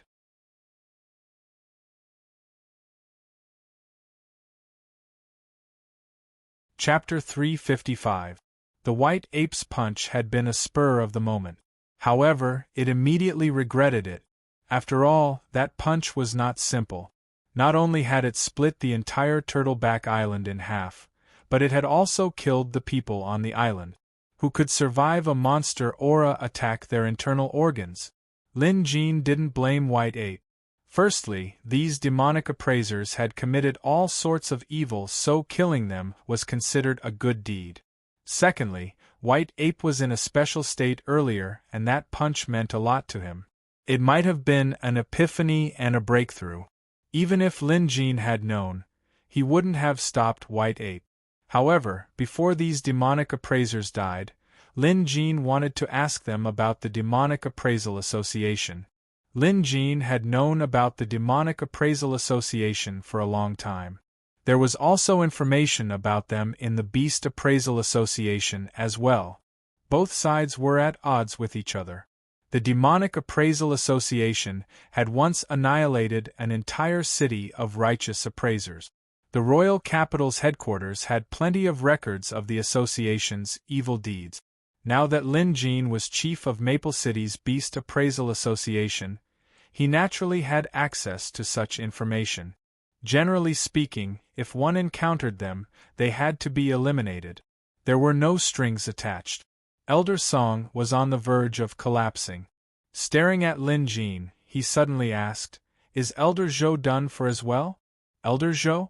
Lin Jin immediately knew who Elder Song was talking about. It must be one of the 4 demonic appraisers who went to the Qiao family because Lin Jin had used one of their pet beasts to find their lair. "Do you care?" Lin Jin asked in return. Elder Song shook his head. "So what if I care or not? Who are you? We have no grudges against each other, so why are you trying to kill us?" After some thought, Lin Jin removed the camouflage he had cast on himself. He had been hiding his attire, so now that he revealed his 3-ringed sleeve band, Elder Song's eyes widened in shock. "The Beast Appraisal Association? No, that's impossible. How can a mere rank 3 have such power? Who are you?" Elder Song was on the verge of collapsing.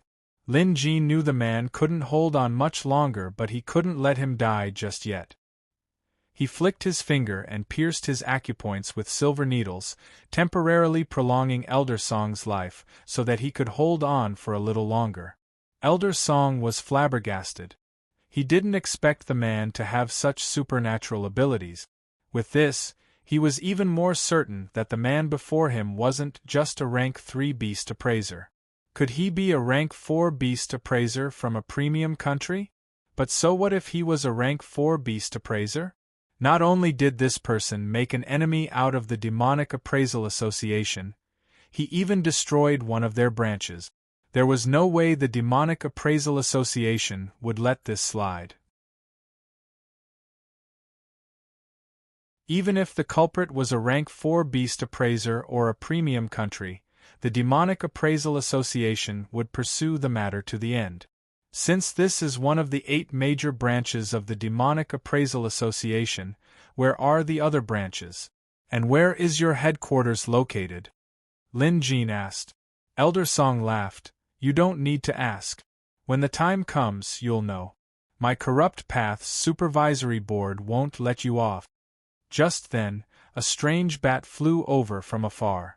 This bat was completely dark and indiscernible, almost like a shadow. Lin Jin reacted swiftly. With a flick of his wrist, a silver needle shot out toward the bat. But strangely enough, the needle missed its target. That's a 1,000-mile specter bat. Even though you're extremely powerful, you can't even touch it. Everything that happened today has already been recorded down. No matter who you are, you can just wait to be hunted down endlessly. Ah! Elder Song was extremely smug right now. Even though he might not be able to live, the other party wouldn't be able to live for much longer either. The Demonic Appraisal Association's headquarters wasn't to be underestimated. They even dared to challenge a premium country head-on. Even a rank 4 beast appraiser wouldn't survive more than 3 days if they tried to kill him. Elder Song had absolute confidence in this. However, before he could finish laughing, a door appeared behind Lin Jin. In an instant, the atmosphere around them changed drastically. It was as if they had entered another dimension. This time, Lin Jin flicked out another flying needle. This time, the 1,000-mile ghost bat was pierced. With a wail, it disintegrated into nothingness in midair. What 1,000-mile ghost bat? That's all there is to it. Lin Jin chuckled. He had used the nebula barrier to gather the museum's aura. Sure enough, it worked. Although he wasn't afraid of being hunted down, it was still a troublesome matter. It was better to deal with it as soon as possible. Although Lin Jin had performed this move casually, in the eyes of Elder Song and the others, it was a terrifying sight to behold. That's a 1,000-mile ghost bat. How is this possible? The person who secretly released the 1,000-mile ghost bat finally couldn't hold on any longer. He spat out a mouthful of blood and died. There weren't many demonic appraisers left who could still breathe. Elder Song was so shocked that he fell to the ground, a myriad of expressions on his face. He was filled with disbelief. The 1,000-mile wraith bat was an artifact created by headquarters using a secret method. There had never been a problem with its transmission, and no one could intercept it. Everyone in the Demonic Appraisal Association knew about this, but today, someone actually managed to kill the 1,000-mile wraith bat. What the hell? In his shock, Elder Song seemed to have forgotten to breathe. As a result, he spat out a mouthful of blood and choked to death. Lin Jin didn't see this coming. He didn't expect Elder Song to be so careless. White Ape cast a transformation spell and shrunk his body to the side. Then, he looked around. Other than himself and Lin Jin, no one else on the island could breathe. Master Lin, that punch of mine just now. White Ape was apprehensive, afraid that Lin Jin would blame him for using too much force. Most of the people here were killed by that last punch of his. Lin Jin waved his hand, gesturing for White Ape not to worry. It was a brutal fight earlier. The other party was ruthless, so why should White Ape be merciful? As his cultivation and state of mind improved, Lin Jin had learned to follow his heart's desires.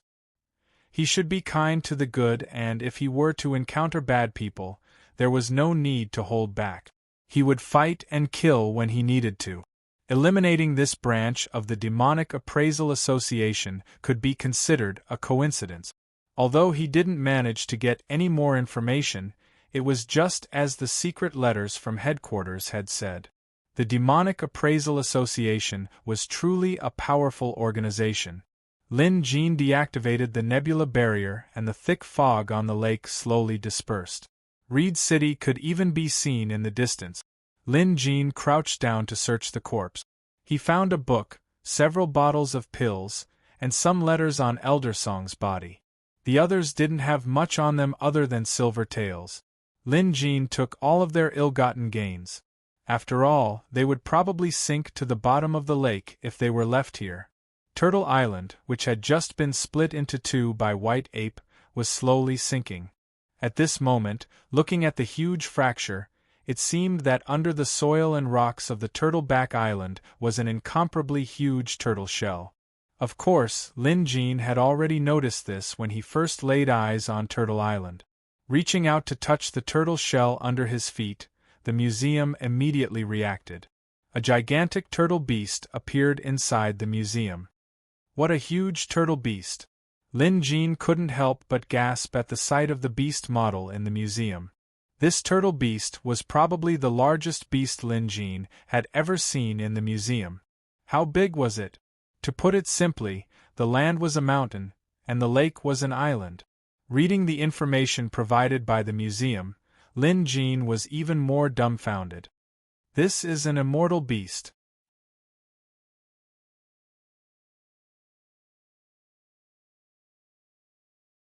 Chapter 356. Black Water Turtle, Rank 6 Immortal Beast, Water Attribute. Dead. As Lin Jin studied the turtle, he gradually recovered from the shock. When this large turtle was still alive, it must have been an earth-shattering existence. Its rank was obvious, not to mention that it was an immortal beast. However, no matter how powerful an existence was, their power and influence would become a thing of the past after death. Take this rank 6 immortal turtle for example. 1,000 years after its death, its turtle shell became a branch of demonic appraisers. They built houses and practiced demonic arts on it. Now that the turtle shell had been split into two by White Ape's punch, it had lost all its spirit energy and sunk to the bottom of the lake. At least, it had found a home. Just then, Lin Jin sensed something. With a swift movement, he was already more than 100 feet away. He stared at a crack in the turtle shell with a shocked expression. Why is there residual spirit energy down there? Lin Jin mumbled to himself. A cloud appeared beneath his feet and he descended into the crack. There was a hole inside the turtle shell. After all, a turtle shell wasn't completely intact, so it was normal for there to be holes inside. If it weren't for White Ape's punch, no one would have noticed this. Just then, Lin Jin saw something glowing down there. As he got closer, he realized it was a hexagonal shell plate. There were countless of these small plates inside the turtle shell. They were the components that made up the shell. However, the other plates were dull and ordinary. Only this one had a spiritual aura that Lin Jin had never seen before. Good stuff. This was definitely good stuff. Even if he didn't appraise it, Lin Jin was 100% sure. Of course, he still had to appraise it. Lin Jin reached out to touch it and was instantly overjoyed. Just as he had guessed, this was indeed a treasure. Water Reservoir Armor. Collects water's spirit energy and the essence of an immortal beast. Based on the Museum of Deadly Beasts appraisal results, nothing else could compare to this item's value. Lin Jin took the shell and held it in his hand at once. Holding the shell in his hand, Lin Jin immediately felt a strange sensation. He could clearly sense the water vapor around him, and even the water vapor in the lake. Lin Jin even had the urge to use his mana to manipulate the water vapor for his own purposes. Of course, Lin Jin didn't do that. Firstly, the timing wasn't right. Secondly, his assumption that he could control water spirit energy was just an illusion. After all, some spells still had to be cultivated. However, there was no doubt that this piece of armor could control water. After scanning his surroundings to make sure there were no other treasures here, Lin Jin left on his cloud. By now, the two pieces of Turtle Island were about to sink. The lake water was starting to overflow, drowning the corpses of many pet beasts and demonic cultivators. Lin Jin looked at Elder Song, who was half submerged in the lake water, and mumbled, "You guys have been searching for treasures everywhere, scheming to earn more money. I bet you never imagined that a priceless treasure would be right under your feet." This was fate. Lin Jin knew that he had hit the jackpot this time. If he hadn't come to Reed City, he wouldn't have encountered the Demonic Appraisal Association. If he hadn't followed the clues to this place, he wouldn't have discovered Turtle Island. And if White Ape hadn't split Turtle Island into two with a single punch, causing the island to fall apart, he wouldn't have been able to discover the water breeder scale hidden within the turtle's shell. If he had made a single mistake, the outcome would have been completely different. It's a good thing you guys died. Otherwise, you would have died from anger after missing out on such a precious treasure. Having said that, Lin Jin took off on the cloud. By now, Turtle Island was slowly sinking to the bottom of the lake. The fog around them had mostly dissipated. Lin Jin knew that it was probably the shell armor he was holding that had gathered the fog here. The fog had sealed the surface of the lake all year round, concealing Turtle Island within. Now that the turtle's shell was broken and the armor was in someone else's hands, the fog naturally dissipated. "Let's go." With a wave of his hand, a cloud gathered and lifted White Ape up. Then, both of them floated down to the shore. Lin Jin realized that after equipping the water reservoir armor, he could cast the cloud spell with greater ease. The cloud spell was clearly related to the manipulation of water vapor, and the water reservoir armor was obviously able to enhance this type of spell. The armor obviously had more uses than that. However, Lin Jin would have to slowly explore it in the future. Back in Reed City, the Qiao family had tidied up their yard. Escort Zhang had become their most important guest. Although the authorities had been interrogating him, the Qiao family was a powerful family, so they couldn't get much information out of him. In the end, they left. Inside the living room, Escort Zhang told them everything he knew. Qiao Feigong said, "I just don't know if Appraiser Lin will come back." Appraiser Lin left in such a hurry. He helped the Qiao family so much that if he doesn't come back, we'll go to Maple City to thank him. Right, we might have to ask Escort Zhang to accompany us then. At this, Escort Zhang chuckled. Of course. Just then, someone came to report that Appraiser Lin had returned. What? Qiao Feigong got up in excitement and immediately ran outside. Afraid that his father would fall, Qiao Xing quickly chased after him. However, despite his youthful strength, he couldn't catch up to Qiao Feigong. Qiao Feigong was visibly excited. Lin Jin had returned. At first, he didn't want to come back. But after reading the secret letters he found on Elder Song's body, he changed his mind. The Demonic Appraisal Association didn't target the Qiao family because of their wealth. Instead, it was because they discovered a secret treasure hidden in the Qiao family. However, Elder Song's letters didn't specify what kind of treasure it was. Of course, Lin Jin didn't come back to covet the Qiao family's secret treasure. Instead, he wanted to warn the Qiao family. Although he had destroyed one of the Demonic Appraisal Association's branches, they still had 7 other branches. Other than that, they had an even more powerful headquarters. Since they couldn't find Lin Jin, they would most likely vent their anger on the Qiao family. After all, anyone with a brain would know that the Demonic Appraisal Association was annihilated because they attacked the Qiao family. Hence, Lin Jin still had to warn them. As for the Qiao family's secret treasure, he could mention it. If they were willing to tell him, so be it. If not, Lin Jin wouldn't force them. Just then, Qiao Feigong arrived. Appraiser Lin. Qiao Feigong was panting slightly. After all, he had run all the way here. Lin Jin knew why the Qiao family was so agitated. Come to think of it, the Qiao family wasn't a bad family, so Lin Jin had to warn them. After welcoming Lin Jin inside, the Qiao family was overjoyed. Escort Zhang came out to greet him as well. Not even the city lord's arrival could compare to this. Only the core members of the Qiao family were present in the living room. As Escort Zhang was the liaison between the Qiao family and Lin Jin, he was also present and treated as an honored guest.